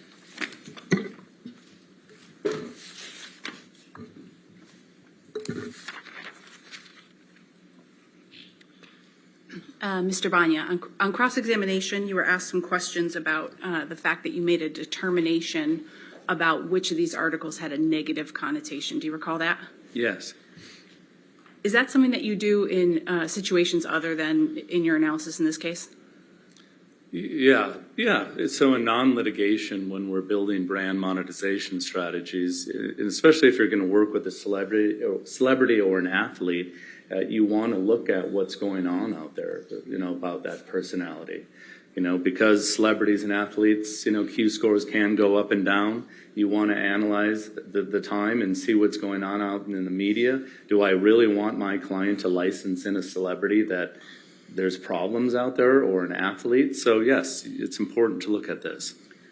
And I believe you were asked whether you're offering an opinion in this case about the impact of the op-ed on Mr. Depp's public image. Do you recall that? Yes. And I believe you testified that you are offering an opinion on that. Is that right? Yes. What's that opinion?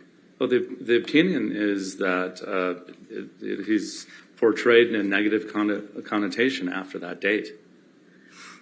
And with respect to the Q scores that you analyzed, Mr. Nadelhoff was asking you about the 3 points in time that you looked at.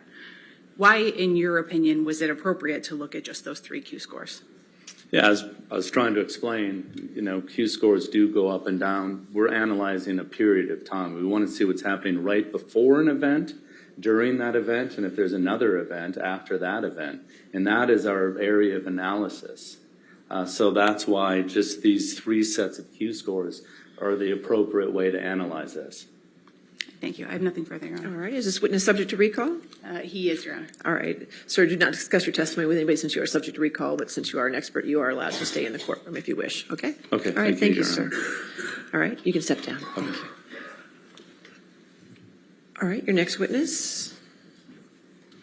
Your Honor, I believe we're calling Erin Falati by deposition. Oh, okay.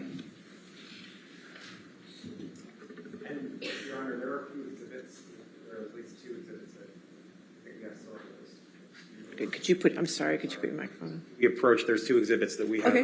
to speak on. All right, well, we're.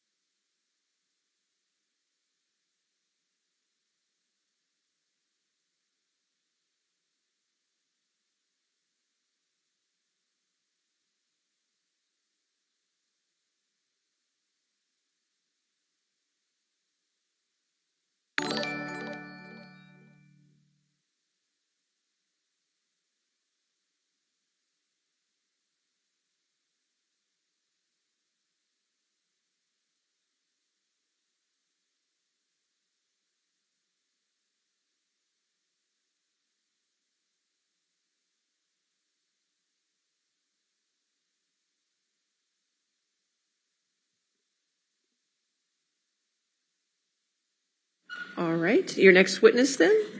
Thank you, Your Honor. Plaintiff calls Erin Falati, also known as Erin Borem Falati, and Ms. Hurd's counsel begins the questioning. Okay, thank you.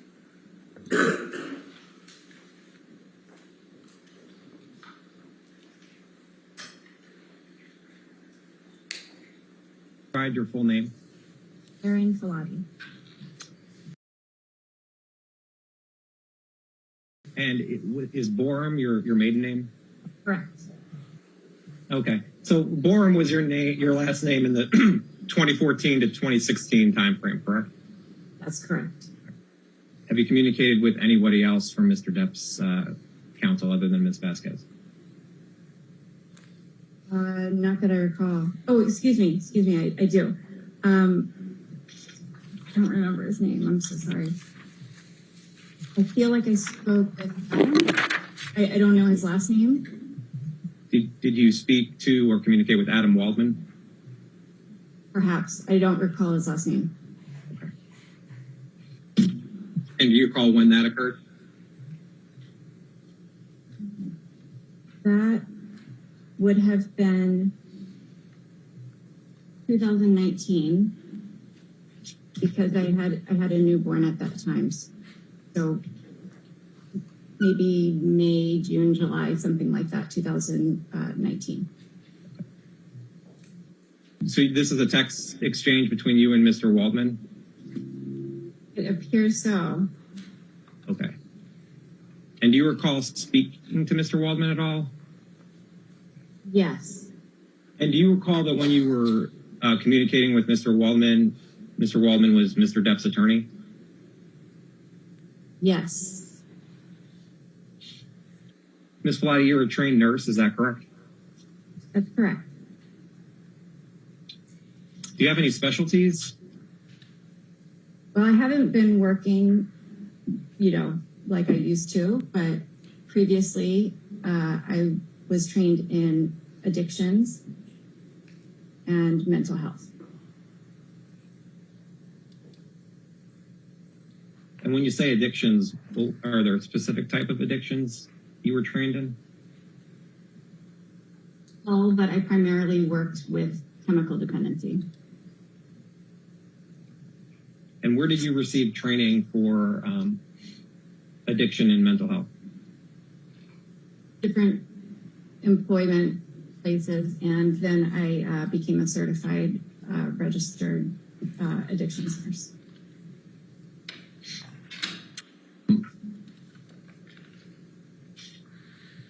You know who Dr. David Kipper is, correct? Correct. Did you work for Dr. Kipper? Not directly, but he would hire the agency I provided nursing services for, which was Turning Point, I believe. So I worked under his guidance, but not specifically for him. Most of the time. There have been times where I've worked specifically for him.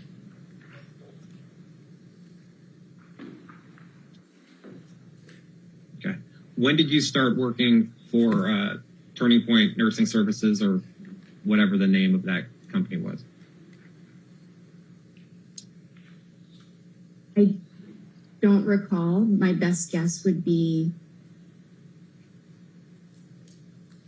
somewhere between 2007 or 8. And when did you start to begin to do any work for Dr. Kipper?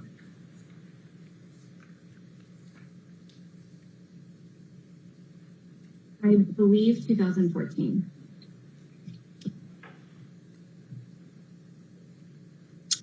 What were the circumstances that started you working for Dr. Kipper in 2014? If I recall correctly, it would be for services for Ms. Heard. Were you ever responsible for Mr. Depp's nursing care while he was under the treatment of Dr. Kipper? I provided him with nursing care. Exhibit 2.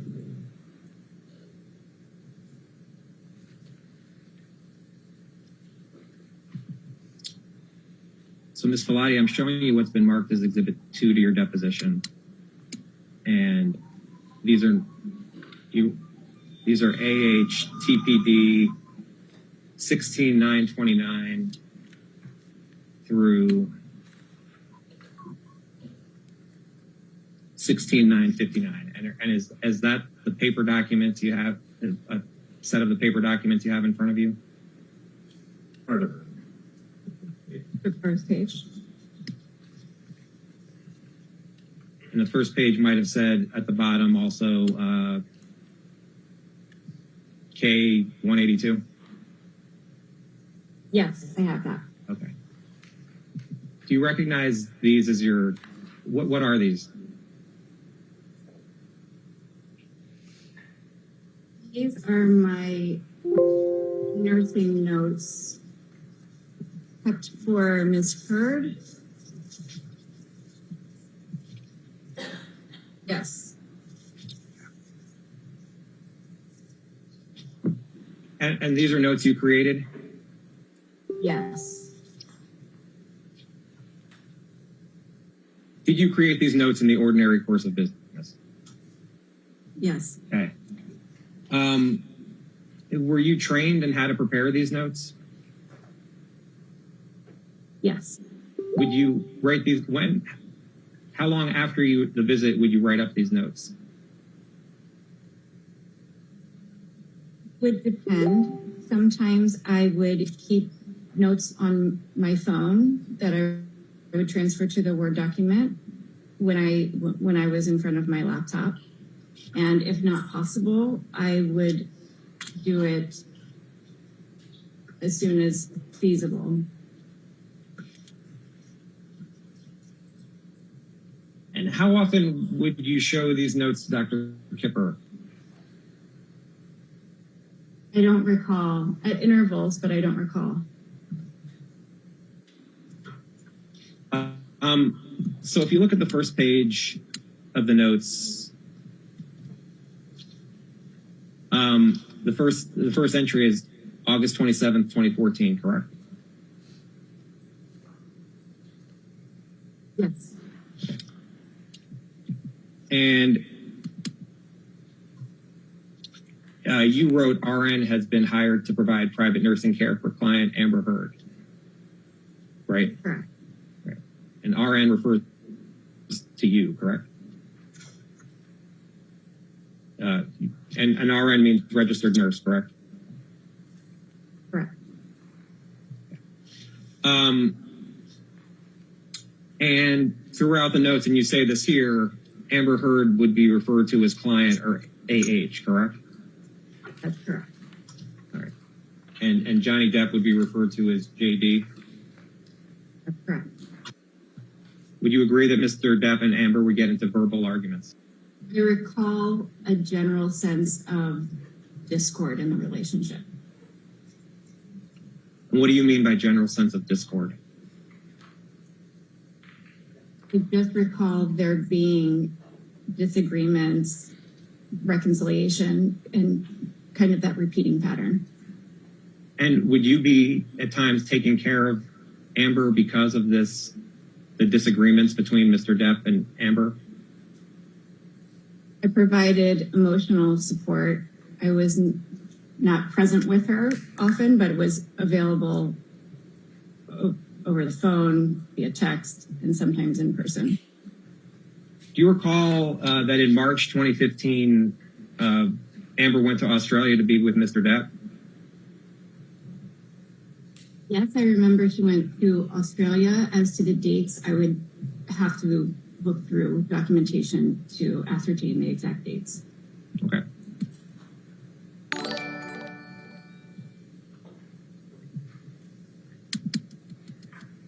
And on Exhibit 2, this is your note of March 7th, 2015? That's correct.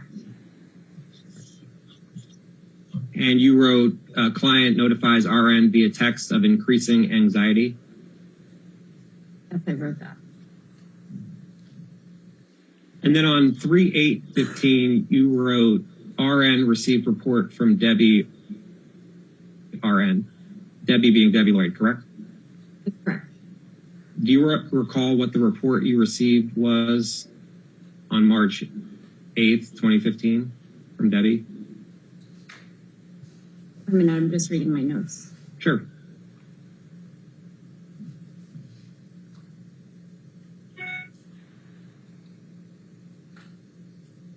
So to answer your question, no, I don't recall specifics of what the report would have been. I assume, based on this note, that would have been a phone call. Okay. And it says, client will be returning to Los Angeles on March 9th, 2015, accompanied by House Manager Ben. Do you see that? Yeah. Did you have an understanding as to why Amber was leaving Australia in March of 2015? Yes.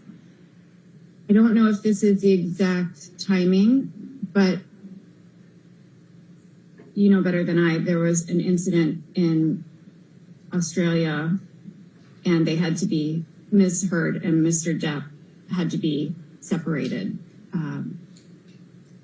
So Ms. Heard returned to Los Angeles per my nursing notes, and I believe Mr. Depp must have stayed in Australia. What was your understanding as to why Mr. Depp and Amber had to be separated? It's hard to recall specifics because I wasn't there or involved at the time, but became involved again. I remember hearing from other people that there was quite an argument between the two in Australia. Do you have any understanding if anyone was injured during the argument between Amber and Mr. Depp? Physically injured? Physically, yeah. Again, I wasn't present, so I'm only speaking as to what I recall during that time period and what I sort of remember hearing from others. And also, I just remember Mr. Depp's finger was injured. I can't tell you specifically which one, but I remember there was an injury to his finger. Do you have any understanding as to how his finger was injured? No. And then, Erin, you wrote the next note on March 9th, 2015 that says RN and CT in touch via text and phone calls after client arrived at 1500. Yes, I wrote that. Okay. And 1500, you're using military time, correct? That's correct. So that would be 3 p.m.? Correct. Okay.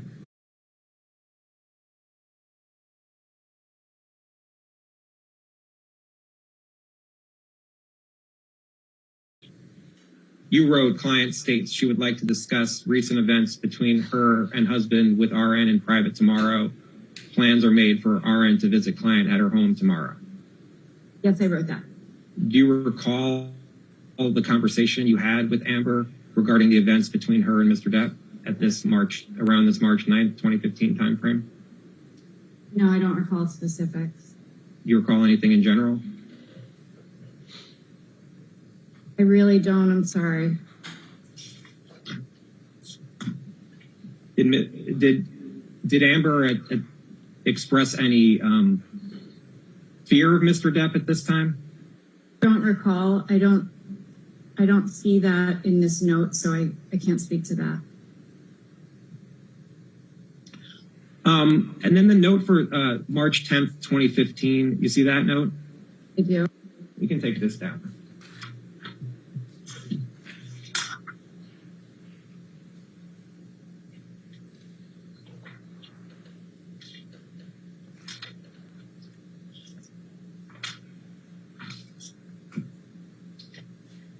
We put up attachment 25, please.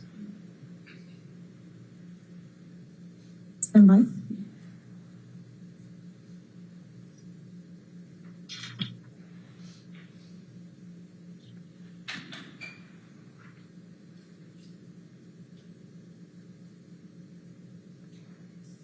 Exhibit 4.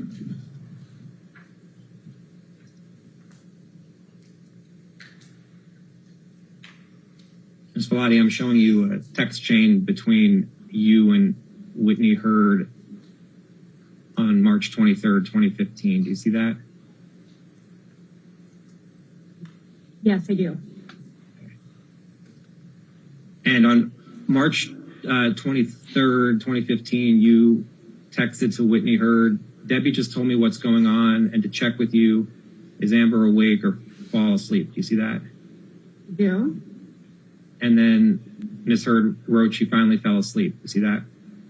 Yes. Okay. Then you wrote, thank goodness, she must be Sorry. exhausted.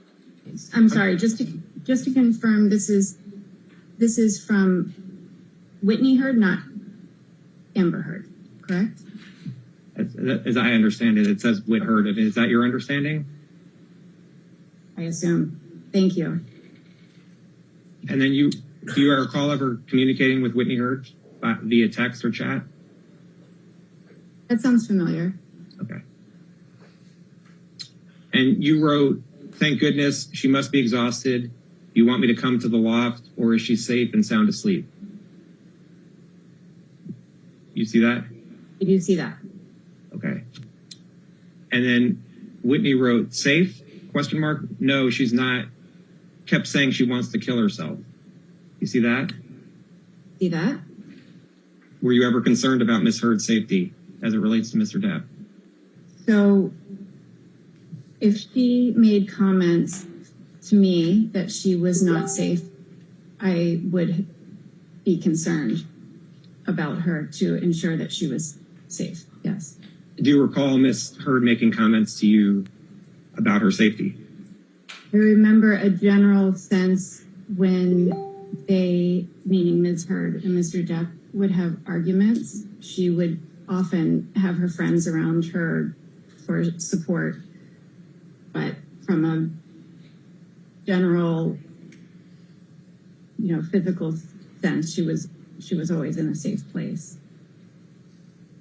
And you mean in a general physical sense, she was always in a safe place. What do you mean by that? Meaning she was always, not always, I should say, often home, often surrounded with friends. She had friends that lived right down the hallway from her, so she was always supported. Was Mr. Depp friends with Marilyn Manson? Yes, I believe. Ms. Falati, I'm showing you what's marked as Exhibit 7, and these are texts that Mr. Depp produced between you and him. And I'm focusing on this text message of October 31st, 2015. You see that? Well, so this text message between you and Whitney is on March 23rd, 2015. You see that? I do. Okay. And if we go back to Exhibit 2, and I'll go back. Oops.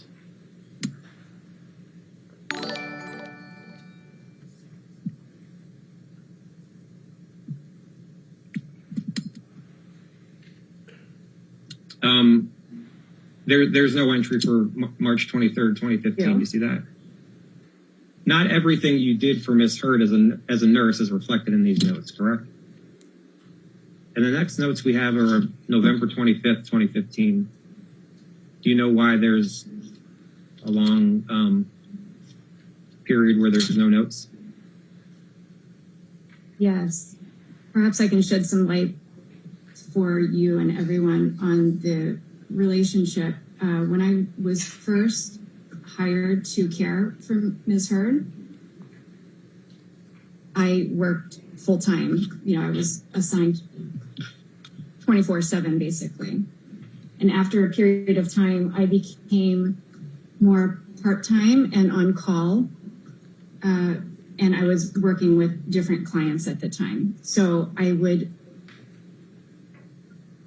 how to put it, I would not be working regularly, but would also be available if an issue arose or a medication change needed or things like that. So I would assume that would account for this gap.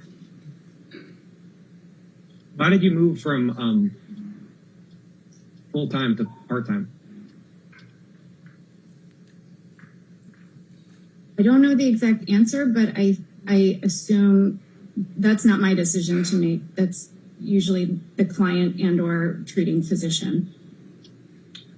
Okay, so that's the first page of Exhibit 2. Yes, thank you.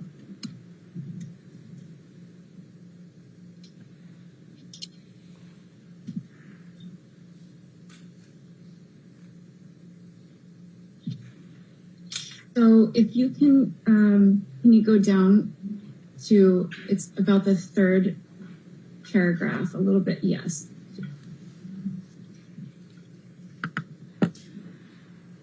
Per report from JD, which refers to Mr. Depp, Debbie, RN, and Dr. Kipper, client AH, which is Ms. Heard, has reportedly been experiencing increased anxiety and agitation recently and has had several outbursts of anger and rage. From what I remember, when I was involved in the case, it was to help assist Ms. Heard with some emotional issues, anxiety issues, in attempts to assist, in layman's term, kind of calming things down a bit.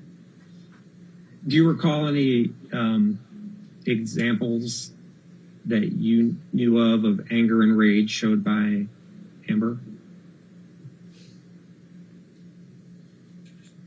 I do recall seeing her very angry. I have to refer to my notes. It was in London, so that would have been 2014. And I believe it was in reference to a violating incident where her phone had been hacked and she was quite upset. I saw her angry at that time, and other times I don't recall. Were you in London with Amber at the time? Yes. And how was Amber showing her anger? I recall loud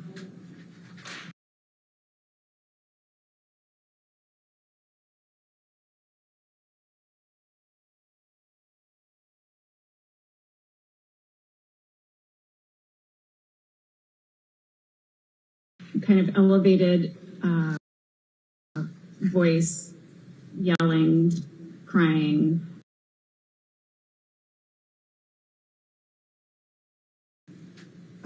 Quite upset.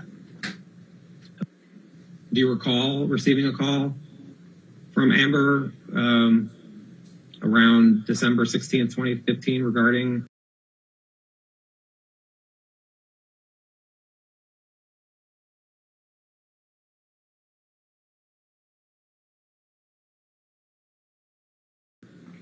this argument between Mr. Depp and Amber?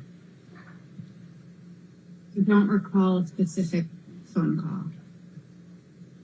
Would you doubt that a phone call occurred if you wrote it down in your notes? If I wrote it, I don't doubt that it occurred. I just don't have memory of it. And now you see the note on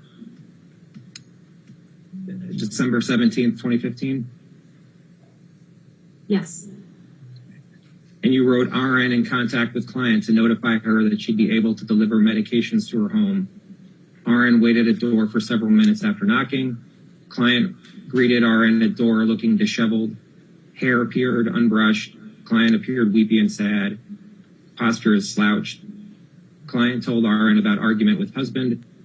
RN offered emotional support but reminded client that RN could not stay as was on duty with another client and was only visiting in order to deliver medication. Per client, she had not had contact with husband since altercation. Client had visible bright red blood appearing at center of lower lip. When RN made client aware that she was actively bleeding on her lip, client stated it was from injury sustained in the, and then it's blank. You see that? And we can keep going down in the argument between her and her husband, and that it continues to bleed actively. You wrote that? Yes. And then you also wrote clients also states that her head is bruised and that she lost clumps of hair in altercation. You wrote that? I assume so. It's in my notes. Okay. And then you wrote, RN briefly looked at client's scalp but was unable to visualize the hematomas client had described. You wrote that? Yes, I would agree. And then you wrote, RN encouraged client to be seen by physician Dr. Kipper or go to emergency urgent care for thorough assessment. You see that? I do. And then you wrote, client states she will contact Dr. Kipper tomorrow. client is supported by friends Rocky and IO who will be staying in client's home with her. You wrote that? I agree, yes.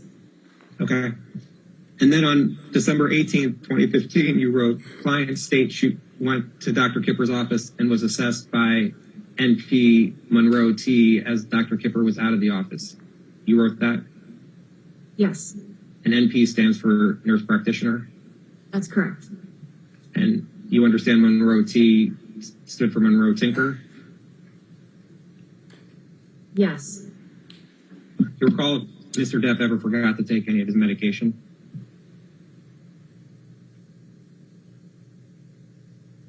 at a specific time or ever? In any time where you were working with him? I would say vaguely, yes.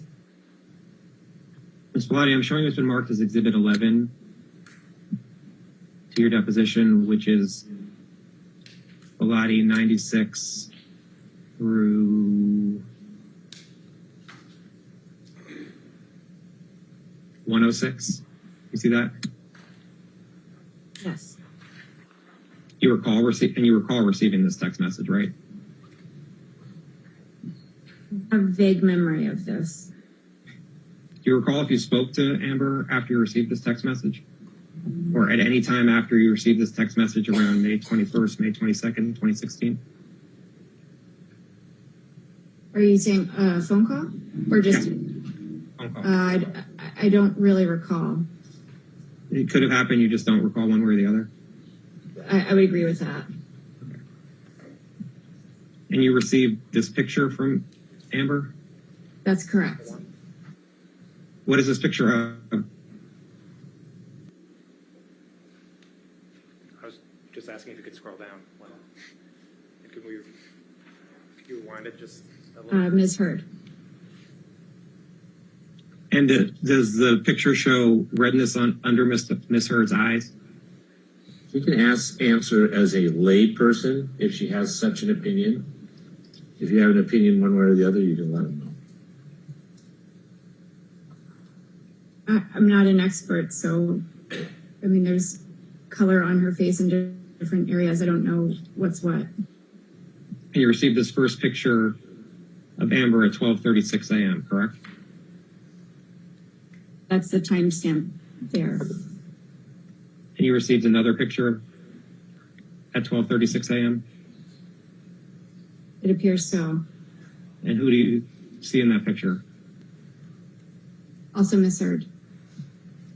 And you received a third picture of Amber at 12:36 a.m.? Yes, it appears so. And is that third picture of Amber? Yes, that's Ms. Heard.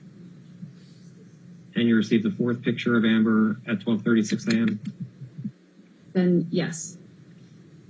And this fourth, I think just so it's clear, the fourth picture is of Amber, correct? That's correct. And you received that at 12:36 a.m.? Yes, that's the timestamp. And these are pictures of Amber's face, correct? Yes, that's a picture of her face and neck.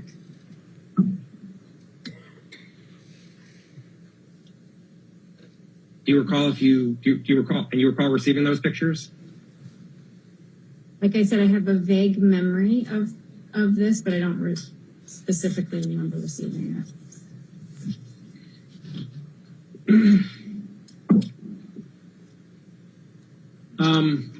Okay. Do you know if you reported these pictures or what Ms. Heard reported to you to Dr. Kipper? I would assume that if any information was presented to me, I would have contacted Dr. Kipper. And do you know how you would have contacted Dr. Kipper? No, I depending on the date, time, I would sometimes call, email, text. Do you recall if you wrote nurse notes for this incident? I don't recall. Do you want us to look at Exhibit 2? That's the nursing notes? Yeah. Why don't we do Sure. that? So there's notes for May 11th, 2016. You see that? Yeah. And then the next note's for May 26, 2016. Yes. Okay. Do you know why you didn't include notes for May 21st, 2016? I don't know.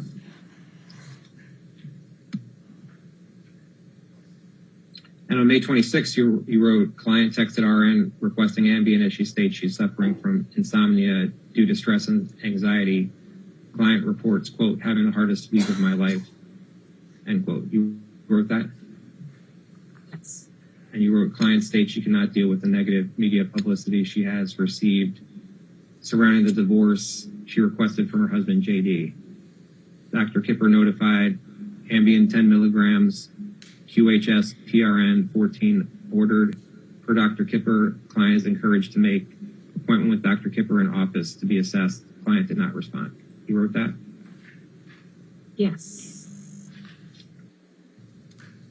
Ms. Falati, I'm showing you what's been marked as Exhibit 12 to your deposition, which is Falati 114 through 119. You can take a look through them. It appears to be notes of when you were Mr. Depp's nurse, as opposed to Ms. Heard. But feel free to take a look.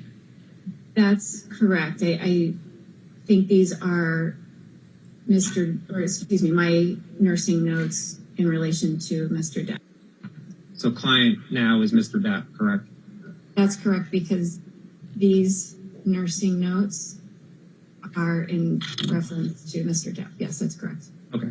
And in the nursing note for April 23rd, 2015, you wrote that Dr. Kipper will introduce Rosalind Phillip to Debbie RN and clients Amber H. and Johnny Depp. Debbie RN will assist in coordinating session appointments between clients and Ms. Phillips. Do you know if Mr. Depp and Amber ever saw Rosalind Phillip? I don't know.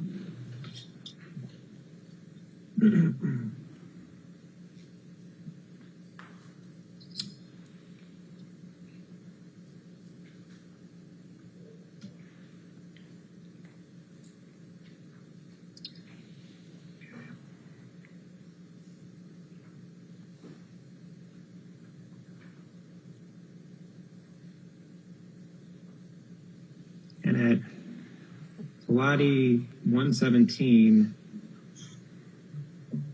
it shows notes for June 7th, 2016, correct? That is correct.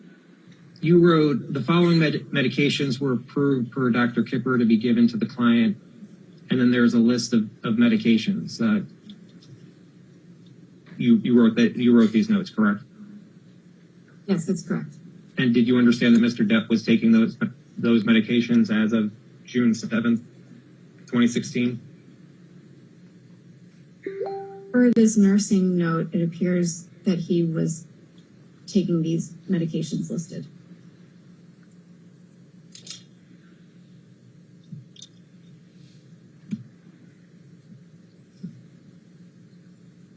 And then there's a nursing note for June 26, 2016. You see that? Yes. And it says, you wrote, client is going through divorce with wife Amber H. and is dealing with the loss of his mother, passed away 1 month ago. Client was provided with the divorce request from wife AH 3 days after mother passed away. Do you see that? Yes. And you wrote that? Yes. So was it your understanding that Amber asked for a divorce? This note says that Mr. Depp was provided with divorce request from Ms. Heard, so it appears she was the one requesting the divorce. Right, and you wrote, next, client states he was not aware AH wanted divorce and expresses confusion regarding AH's desire to terminate marriage. You wrote that? Yes. Is that what Mr. Depp told you? I would assume if I wrote it in my notes. Then you wrote, client's divorce has been highly publicized and wife has been accused him of several character damaging allegations, including domestic violence. You wrote that, correct? Correct. Was this on did you write this based on information Mr. Depp provided you? I don't know. I would assume that I've had discussions with him regarding this, considering that this is a nursing note for Mr. Depp. Did Mr. Depp tell you his character had been damaged as of June 2016? I don't recall. I have to go by what my note says here. So it alludes to that's something that he had discussed. And you see where you wrote, client states he felt helpless previously, but is now angry at AH and wants to clear his name. Mr. Depp told you that? Again, I don't recall for sure, but I would go back to my nursing notes because those were written more at the time. So I would assume that he and I discussed that. Okay, farther down, you wrote RN assisted client in processing feelings and encouraged client to continue utilizing individual therapy as he responded well to RN's use of therapeutic communication. You see that? Yes. And you wrote that, correct? Yes. Then you wrote client is resistant, stating, quote, I don't want anyone like Amber's wife therapist. He has only made things worse, end quote. You see that? Yes. And you wrote that? Yes. And where it's quotes, I don't want anyone like Amber's therapist. He's only made things worse. That was something that Mr. Depp told you? Again, as I have it in quotations, I assume he made that statement. A little farther down, you wrote, throughout RN's visit, client maintains attention and is actively participating in conversation. Client consumed 3 vodka drinks during RN's seven-hour visit. Client did not eat during visit and drank water only with several prompts from RN. RN educated client on possible interactions between prescribed medication and alcohol. Client verbalized understanding but stated, quote, right now I need a little alcohol for all the bad things I'm going through, end quote. You wrote those lines? Yes.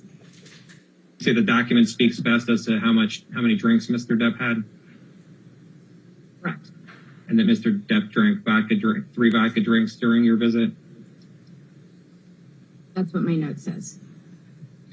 Then you said RN provided one-on-one emotional support and encouraged clients to limit and or abstain from alcohol and illicit drugs. You wrote that? Yes. Do you recall why you told Mr. Depp to abstain from illicit drugs? No, but I did, and not just with Mr. Depp, but in my line of nursing, provide education always with any medication clients are on and contraindications. You know if Mr. Depp ever took any illicit drugs during the 2014 to 2016 timeframe? I don't know. I didn't witness him using any illicit drugs, so I can't speak to that. Your Honor, at this point, the questioning switches over to questions for by counsel for Mr. Depp.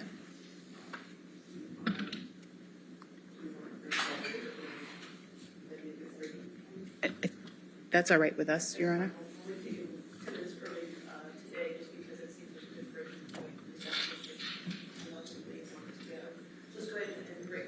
I'm sorry. Let's go ahead and break for the evening. We will see you in the morning. Just do not discuss the case and do not do any outside research. All right? And we'll have the rest of this tomorrow morning. Okay? Thank you.